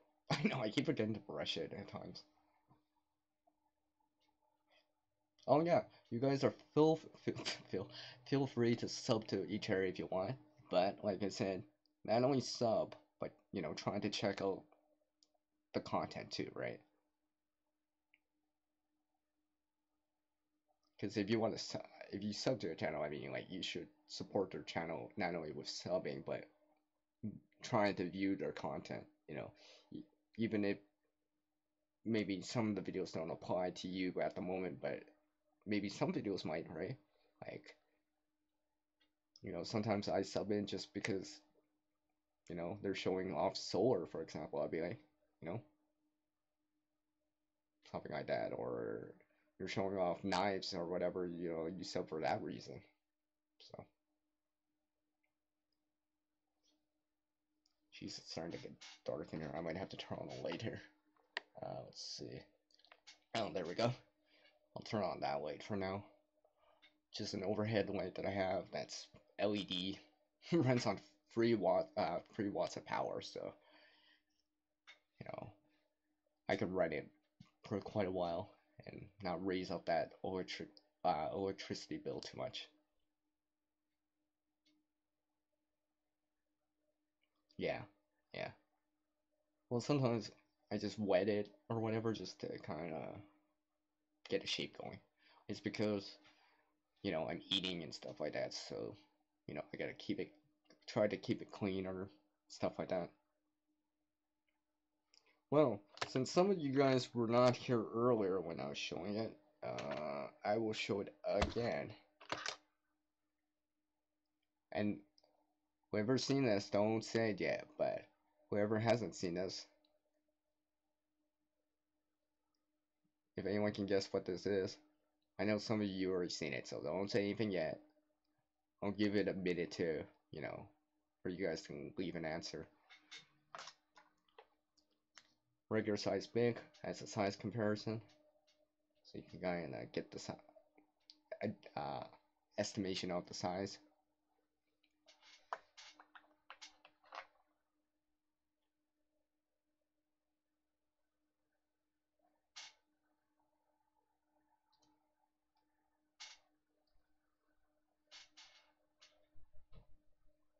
So yeah,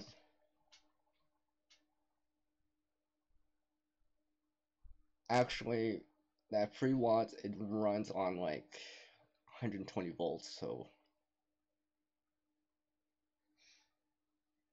yeah, so I'm not sure if I can connect it to a battery. I mean, in theory, I should be able to, but I haven't yet. So although I have tried it outside with an extension cable with something, and I'm like, well, it's very bright when if I ever did do it. So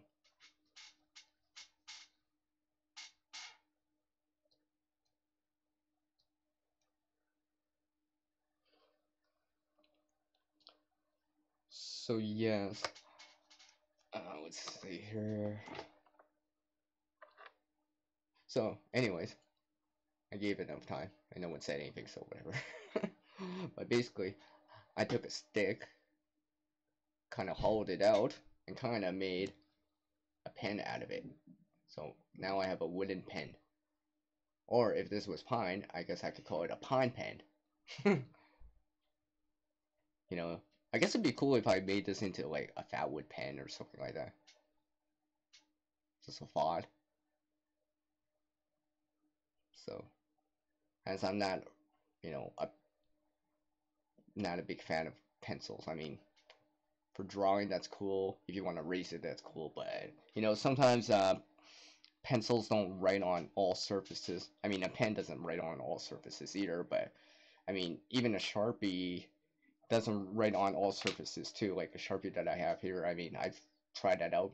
Sometimes you can't even write on something like on cement. And let's say if it's underwater, for example, you can't write on it. Where something like, let's say, um, what's the word I'm looking for? Um,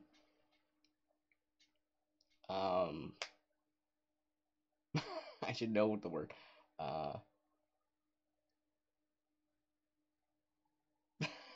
well, anyways, it's not in my head right now. But basically there's other stuff that can work that you can write underwater with or whatever.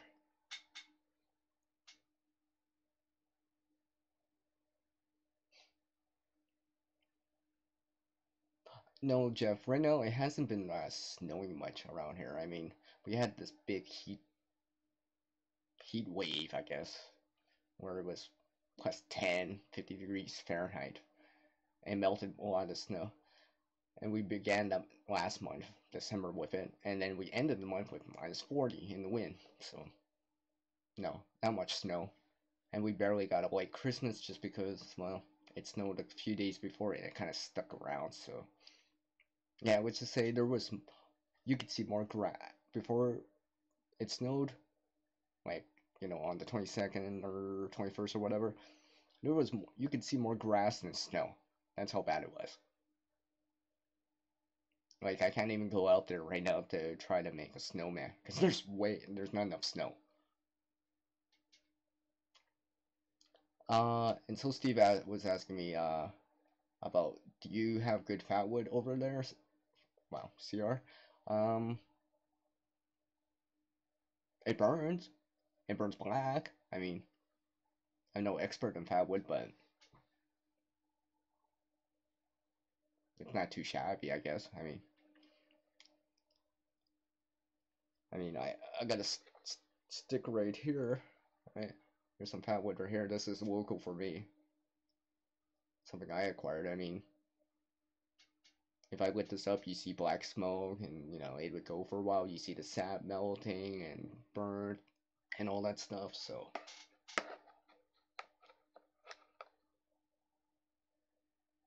all right, Eldor Air, I'll catch you next time, man. Thanks for dropping by my live stream.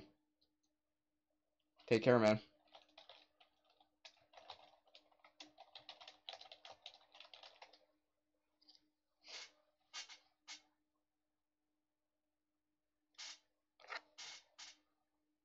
So yeah, you can see that that cherry red, that golden color and all that stuff. So you can sort of see the sap in between the layers and stuff like that.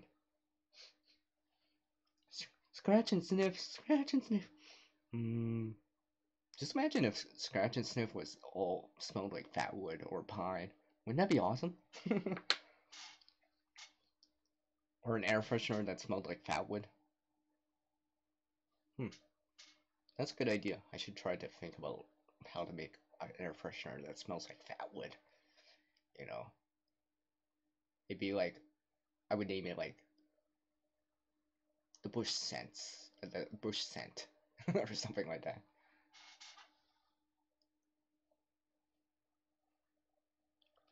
Wow, time flies by when you're live streaming. So much fun talking to you guys, being interactive with you guys. I think that's, like I said, I think that's why I like the live stream so much. Way more interactive, gets to kind of talk to you guys more in real time, and not waiting for messages to get replied and stuff like that, and not reading or not hearing a long paragraph from me. I know sometimes I can write a bit on some of the comments, but sometimes I just want to, get what I want to talk about out. So, and sometimes it takes a full paragraph to do.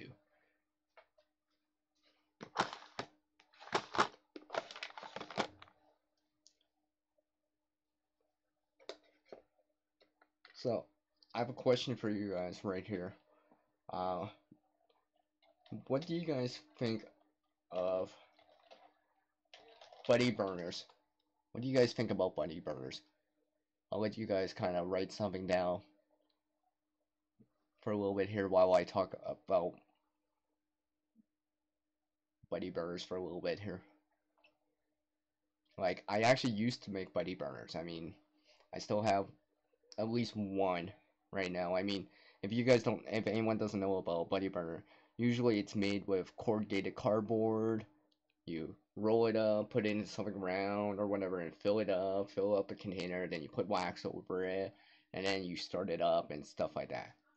Right? But I'm like, the only downside I found with a buddy burner, now this is not a buddy burner per se, this is one of my hot candles, but what I found was The first time you burn a buddy burner, yeah, it's fine. Maybe the second time's fine, but the third or fourth time, what starts to happen is it's charred at the top, but it's very hard to light it up because the wax is so far down that even if you use a fire starter like a petroleum jelly, Vaseline cotton ball, right, it might still kind of go out just because the wax isn't getting licked up fast enough, or right, and the wax basically gives you the life of the fire, well, of the buddy burner. It gives it, the fuel to keep on going and stuff like that. So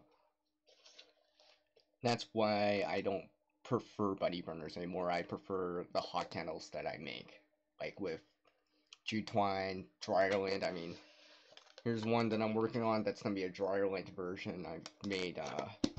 Here's another version right here that I have, which is uh,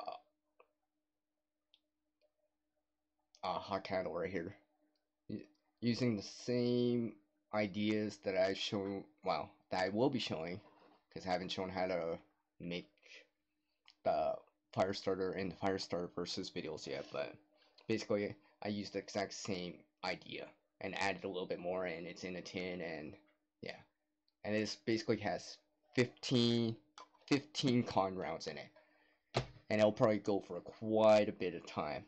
I've actually, when I tried this out, I've sometimes it'd be low, like 2, 3, 4 inches, but I've gotten the flame as high as like 9 or 10 inches. Like it'd be so high that I could set it on a bench, stand above it, and still feel the heat on my face. Like that's how warm it was. And because it's quite wide still, I'm getting that surface area for the flame. So, well, I mean, so Steve, I mean, anything that has natural materials can, you know, leave soot behind, for example. Unless you're using something like alcohol that doesn't leave soot behind, or standard type of butane, or that you know camping type of stoves or whatever, or propane or something like that.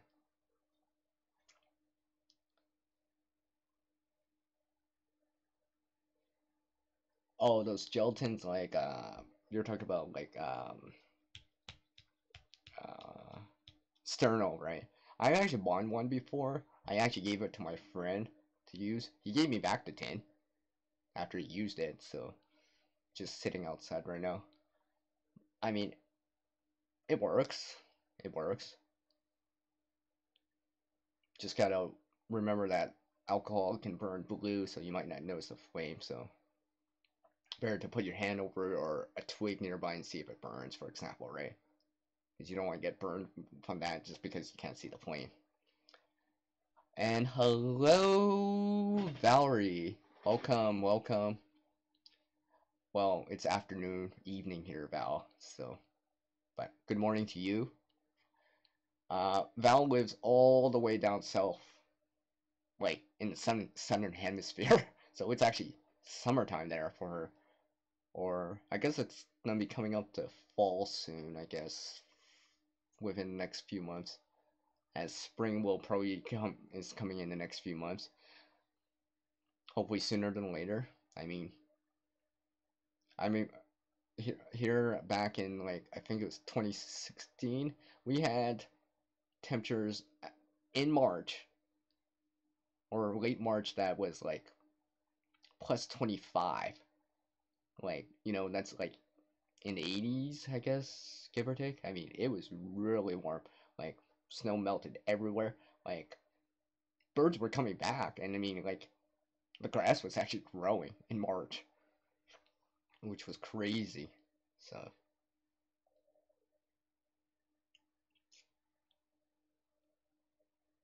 yeah, so Steve, yeah, I just know it as sterno, but I mean, basically, it's just alcohol, an alcohol type of gel that burns.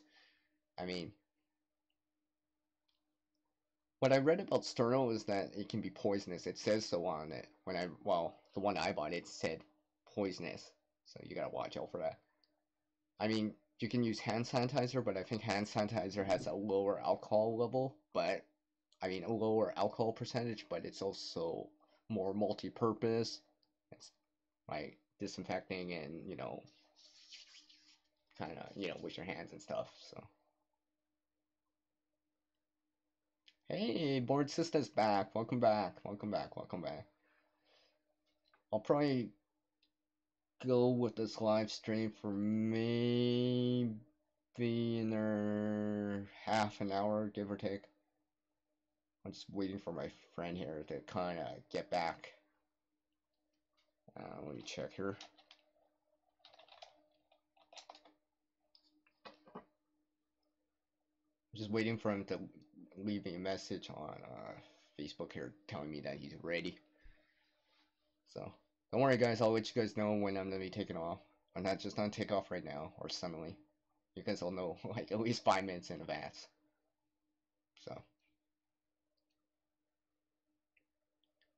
So yes. Anyways, hopefully you're doing well down there, Val. Hopefully it's not too hot for you.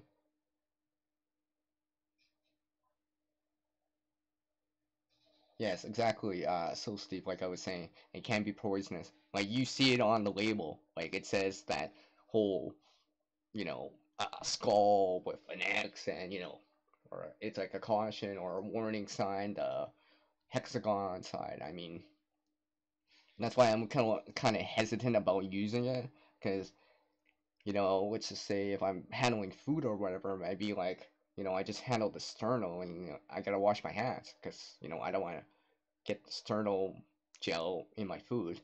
That'd probably be a bad idea. Maybe it won't per se kill me, but it might make my stomach upset where I throw up. I mean, if I'm trying to boil water or whatever, I mean, that doesn't help me throwing up liquids when I'm trying to get liquids or something into my system.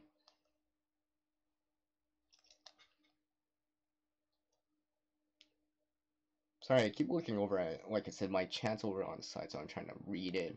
So I keep looking over, but I'm trying to look at you guys on the camera.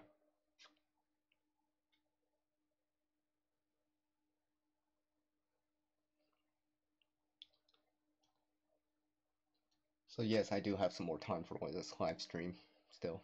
My friend's not ready yet, so although I still have to get ready.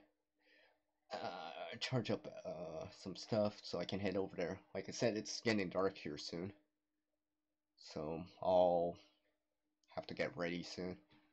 Probably check the temperature on the way out. I don't think it's that cold. Well, it shouldn't be cold at all right now.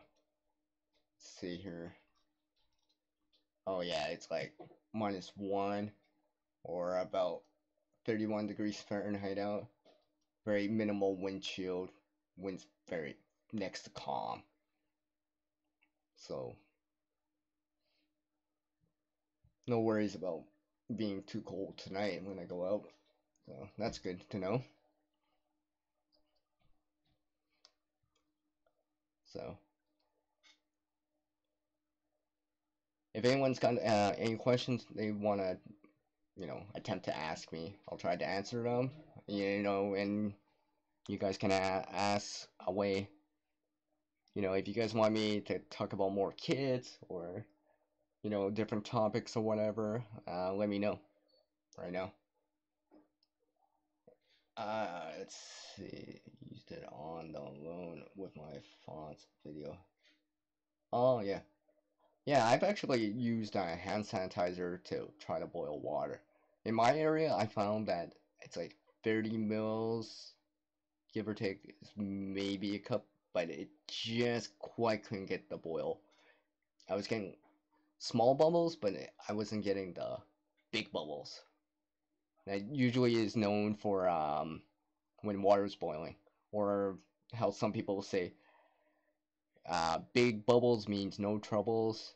Some saying I heard on the show before, so stuff like that.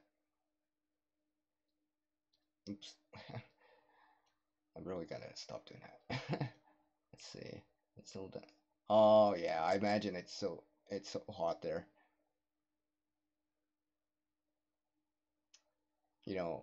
It's probably like what, 40 Celsius, right? Right, Val? It's like 40 Celsius, isn't it? So that's above normal body temperature. So yeah, that's gonna feel hot. You're gonna, without water and some form of extra protection against the sun, not just sunscreen, but maybe some sort of shade or whatever, you're gonna feel it even just a few hours later.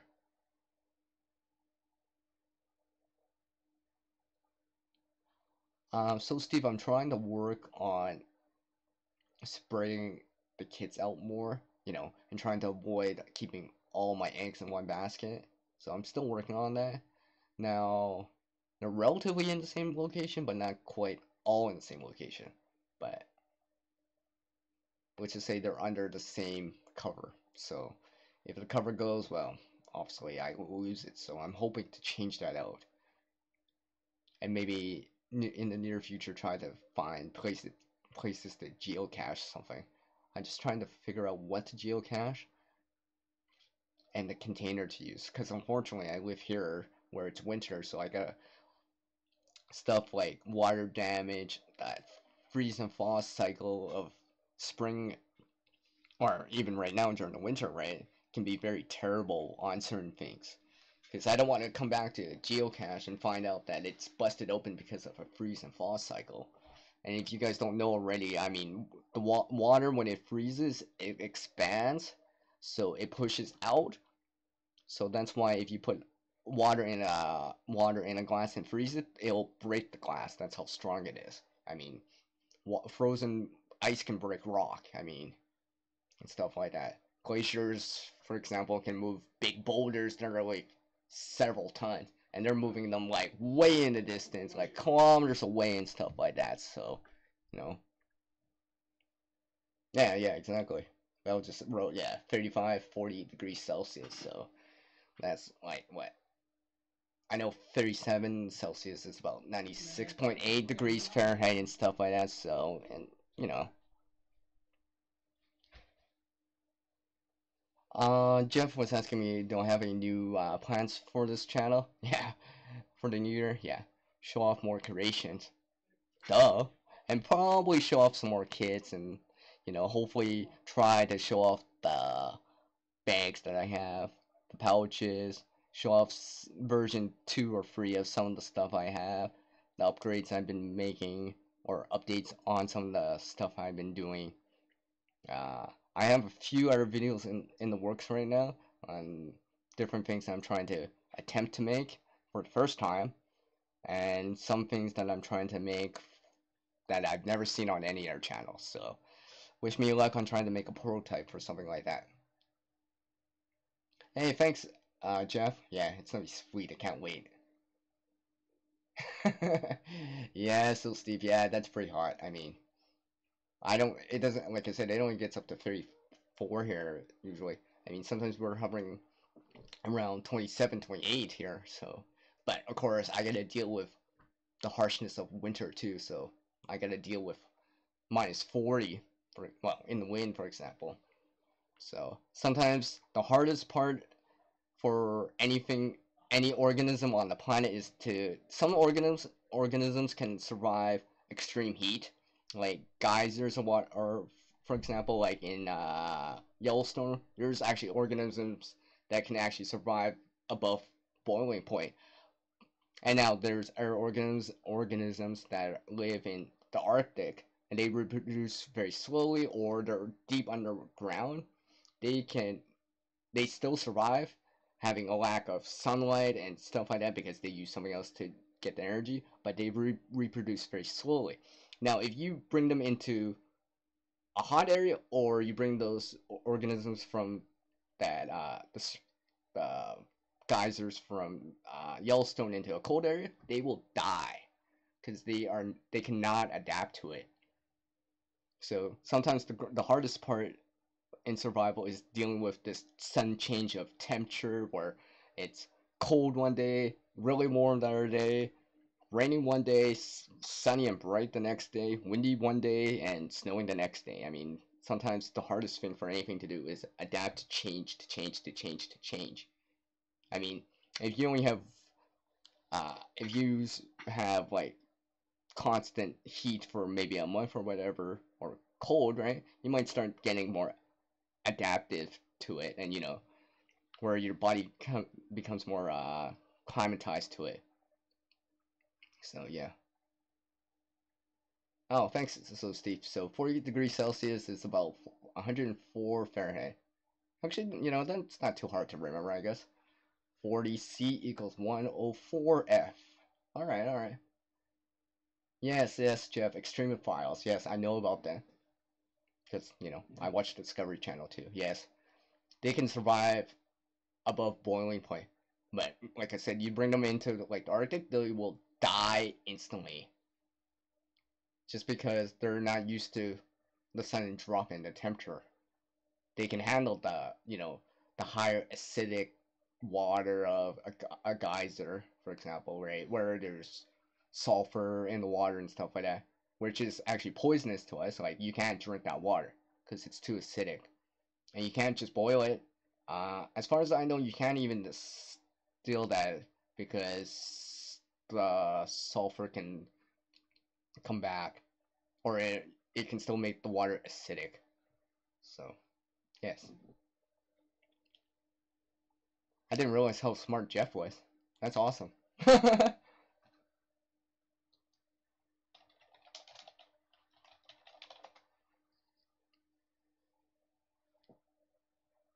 So yeah, what I just was talking about, I'll probably be saying in a different video later on, where I have a tag video in the works about weather and climate. So if you guys are down for a weather climate tag, which is basically going to be a bunch of questions relating to, well, weather and climate, let me know in the comments or on the side chat, right? I'll add you into the list of, people that want to do the tag. Although I'm probably gonna leave it as an open tag anyways, but I will be tagging people anyways, still, regardless.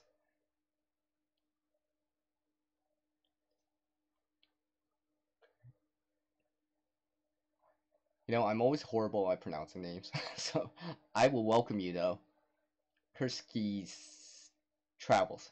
Hello. Yes, I was always bad at pronouncing stuff, even as a kid.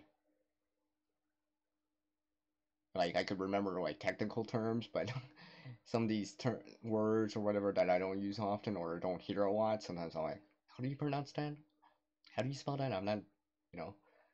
Hey, it took me a while to, finally be able to pronounce aluminum. It took me a long time when I was younger. I was always like, aluminum. I'm like, no. So, I had to train myself to say aluminum. Yeah, see, I like when people pronounce phonetically, or how it sounds when you speak it. Kitschy. Yes, kitschy. Kitschy is catchy. Just kidding. I had to say that.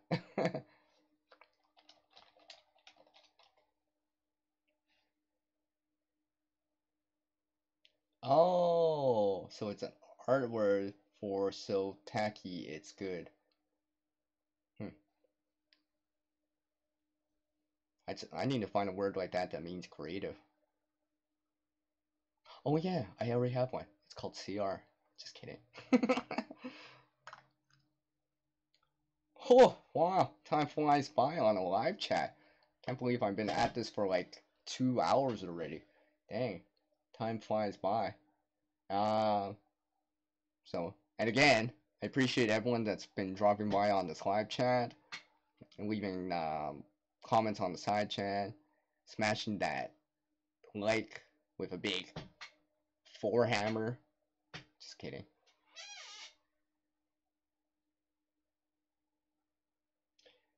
You know what? To be honest, speak of pronunciations, I will pronounce it right now because everyone, I everyone always calls me creative, CR, but no one pronounces redundancy well.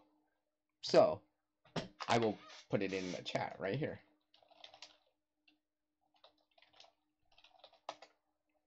Redondense. If you pronounce, if you pronounce it as you see it, you will pronounce redundancy right. I know it's funny, so Steve, but I mean, people, I had to put that in sometimes in live chats on different channels or and stuff like that. I'm like, that's how you pronounce it phonetically, right? So let me just check here. Sorry guys, I'm just checking on messages. Like I said, I'm supposed to be meeting a friend, so just checking up.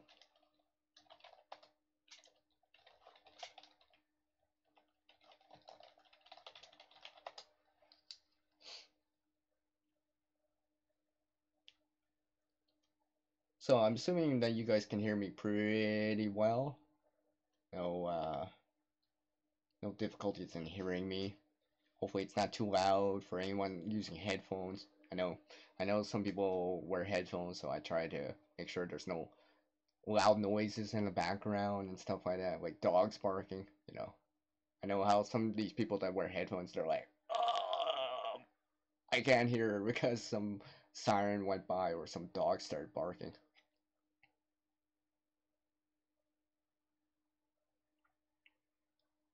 I have no idea how people mispronounce redundancy, but you know, it's a word, right? If you don't use a word often, or you don't use it day to day, or you know, have ever used it, sometimes you don't know how to pronounce it. So, I mean, hey, it took me like a while to pronounce aluminum because I didn't use the word enough, but you know, I started to learn how to phonetically pronounce it, then I started to use it, and now I know how to use it, and now I pronounce it like awesome. Hey, thanks Val for the feedback on that one. For the question I had to ask about being able to hear me.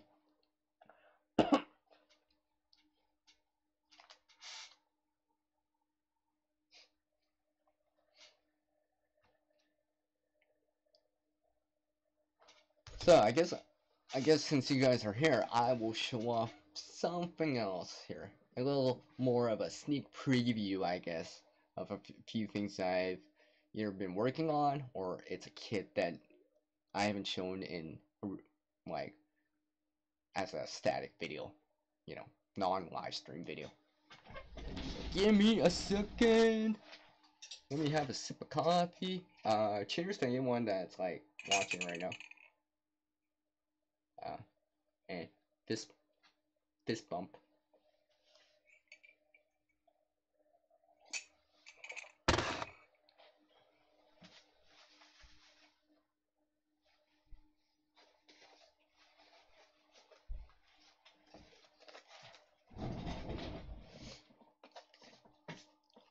So, I know maybe if Jeff's oh actually yeah he is still here. Jeff's still here because he just wrote something. So oh thanks Jeff for the feedback too.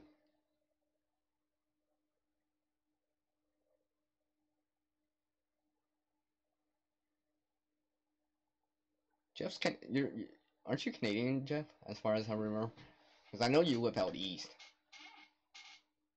Sometimes I forget. Sometimes certain little details about certain channels and people.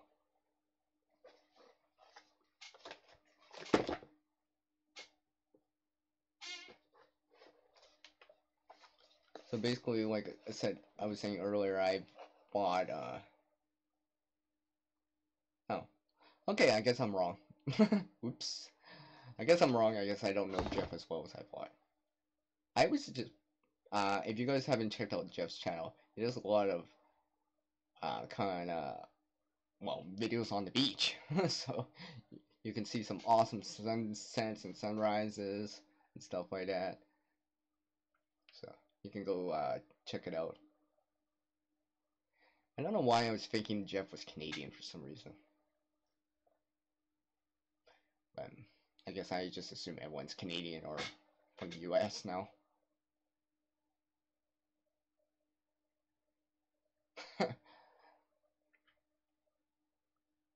Huh. Well, that's cool. That's cool. You guys have something in common. That's cool. But anyways, let's see. I just recently bought a water filter from a local Canadian type of store here. So, so it's in my hands right here. Similar to like something like a water, well, it's a water filter obviously. So similar to a water, like a life straw, for example. But this one's way smaller than a life straw, or shorter anyways. And, you know, it fits over a standard kind of pop bottle. Comes with a syringe, its bladder, a tube, pre-filter and stuff like that. Unfortunately, I do not, unlike everyone else out here, that seems to, everyone seems to have a Sawyer Mini, and I don't quite have one yet, so. But in the meantime, I got this. So I just basically bought it, well, bought it with a gift card from, well, a gift card that I received over the holidays. I didn't really actually spend money, but, you know, I'm using up gift card money.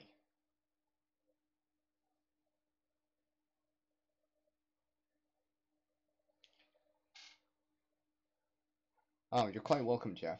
And Val, the only reason I know about that is because of their channels that talk about it. That's the only reason why I know the name.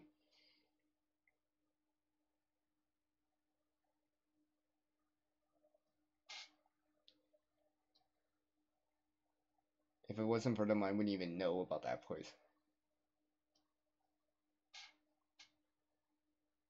Although I'm slowly learning about Australia a little bit more, time, video by video.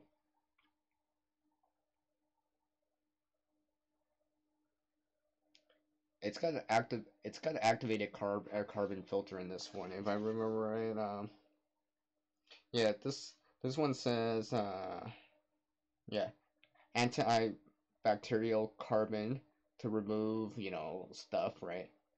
And also safely removes heavy metal ions, chlorine, and volatile organic compounds, or VOC for short. I mean, like I said, I bought it with a gift card, so I figured, buy buy something to tell me pure, wow, make water safer to drink, and, you know, better tasting, I guess, a little bit. So I'm probably gonna be throwing this into one of my kits, probably maybe the inch bag or whatever. I mean, I do have a life straw, but that life straw will probably get taken out, and I'll put it into an evacuation type of kit instead. So, I mean, those I'll have to do until I, you know, get a better water filter, you know, something like the Sawyer Mini or something like that. Okay, Kitchy, I'll catch you later. Thanks for dropping by. I appreciate you dropping by. Take care, you know, have a good night, and peace, and all that good stuff.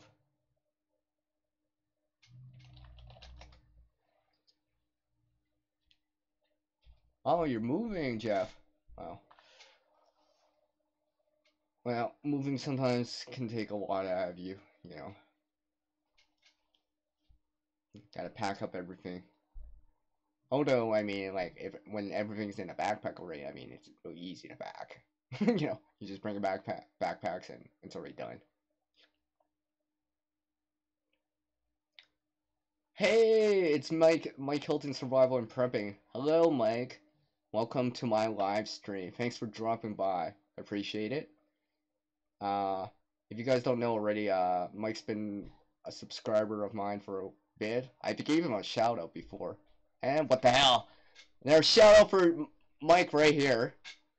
I'll actually put the link in the description down below after I finish, well, after the live stream processes. So, and actually, you know, a couple of you guys that have been like, so Steve, I'll actually put a link in the description down below on your channel too, once the live stream goes, well, well, it's done processing and after I've hit the end key. So I'll add those links in the description down below so you guys can all check it out.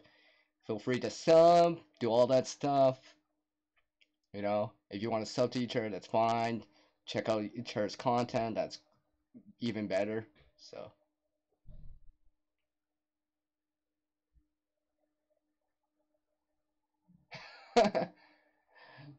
Oh, that's cool. That's cool. That's cool. Oh, no problem, Mike. No problem, man. I mean, I've enjoyed your content too. You know, I learn more and more. You know, because like to be honest, no one's an expert at every last thing in this world. But we can all learn more, though. We can all take the time to learn more. We, you might not be so good in one area, but someone else might be great in that area, and so you can learn something and try to build up your knowledge or skill or experience in that certain area, whatever it is. You know, maybe it's fire, maybe it's shelter making, maybe it's learning how to shoot or hunt, or maybe it's tech, or maybe it's electronics, learning how to use a computer, learning how to live stream, and all that stuff. Oh, hey, it's the Real Loves Festival Survival, who's from London, uh, in UK. Welcome, man. Welcome to my live stream. Thanks for dropping by. Wow, I didn't realize how many people would drop by right about now. But I guess it is around that supper time hour. Everyone's cooking, so you know they gotta watch their food. So I guess everyone's gonna drop by and say hi. So thanks for dropping by. Hopefully you guys are all doing good out there. If you haven't already, smash that like, which is gonna be somewhere around there, give or take. Try to avoid the dislike. Just kidding. Oh, that's cool, Mike. He was just saying his task for 2018 is to learn more about trapping. Yeah, you know, if you guys don't know already, I know Mike's a big advocate of food procurement and stuff like that. He's got loads of videos on fishing stuff, fishing nets, traps, all sorts of stuff. And I've been learning more about the food procurement and you know stuff like that from him. So you know, go check out that stuff from Mike because you'll kind of learn a few things about it and stuff like that. So that's gonna be all. Yeah, I definitely gotta drop by your channel again, Mike, and check out some of that other stuff that I've been missing out on. Hello, Lisa. I'm assuming that's still Scott or Sot, or yeah, Sot, right? Sot, yeah. Lisa Sot 5, because I'm pretty sure that's not Scott, or maybe it is. I don't know. But anyways, thanks for dropping by my live stream here. And I should have took the phone out of the room here. Yeah. Just hold on a second, guys. I will be right back. I gotta take this phone call real quick. I'll be right back.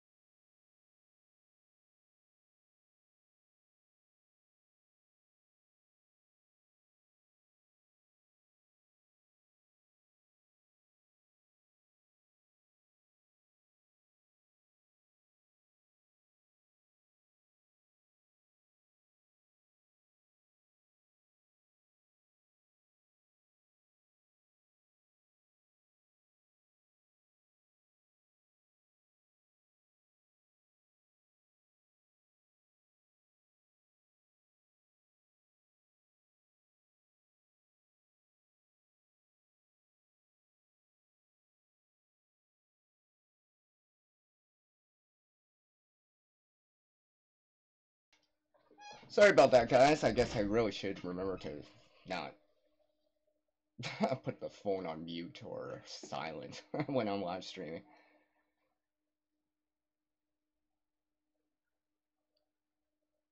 Just catching up on the chat right here, seeing what I missed. I guess I didn't miss much. Oh, that's good. That's cool that you guys are talking to each other while I'm AFK here. That's awesome. I'll probably be cutting this live stream in about the next 5 minutes, give or take, because it seems like my friend who I've been waiting for is actually ready to go now. So I will probably be cutting it like in the next 5 minutes here. So if you guys wanna, yeah, my friend's ready now, he says. So if you guys wanna do your, say anything else to each other, ask me something real quick or whatever, feel free. As I set up my outro here that I usually say, like always, if you don't know my channel already. So,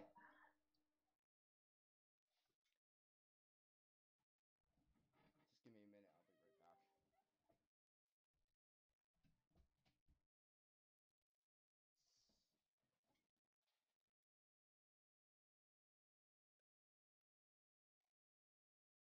Yeah, I'm gonna be taking off here right away here. All right, I'll catch you later, Val. I'll catch you later. Probably see you on a different live stream, and catch you over on Sammy's channel or something like that. Feel free to drop by anytime you want on my live stream, or check out my videos and stuff like that. All right, yeah, I'll see you later, Val. Yeah, yeah, Mike. I can kind of relate already because I've already gotten 2 phone calls on this live stream already, and I had to mute it and all this stuff, and people talking and me answering the phone and stuff like that. Hey, thanks, the Real Love Festival Survival. Thanks for the God bless from you. Thank you very much. That's awesome. So I guess I'm gonna end this within the next minute here now. So if you guys want to say any of your goodbyes or anything, I guess I'll take the time now to thank everyone that's dropped by on this live chat. Thanks for supporting the channel since the beginning. Smash that like button if you haven't already. Even after, if you want to ask me something and you feel like you can't ask now because I'm heading out here, you can leave a comment after it's processed. Leave me that comment, and I'll try to answer it and stuff like that. So, I guess it's time for an outro here. So, as the world changes, so must oneself. To reach a new level of skill and knowledge, one must practice. A single person can't help everyone in this world, but one person can help someone in this world. Until the next video from me, guys, which is going to be either a video or a live stream, it's peace out from the guy that's always in creation mode, Creative Redundancy. Thank you, and take care. Peace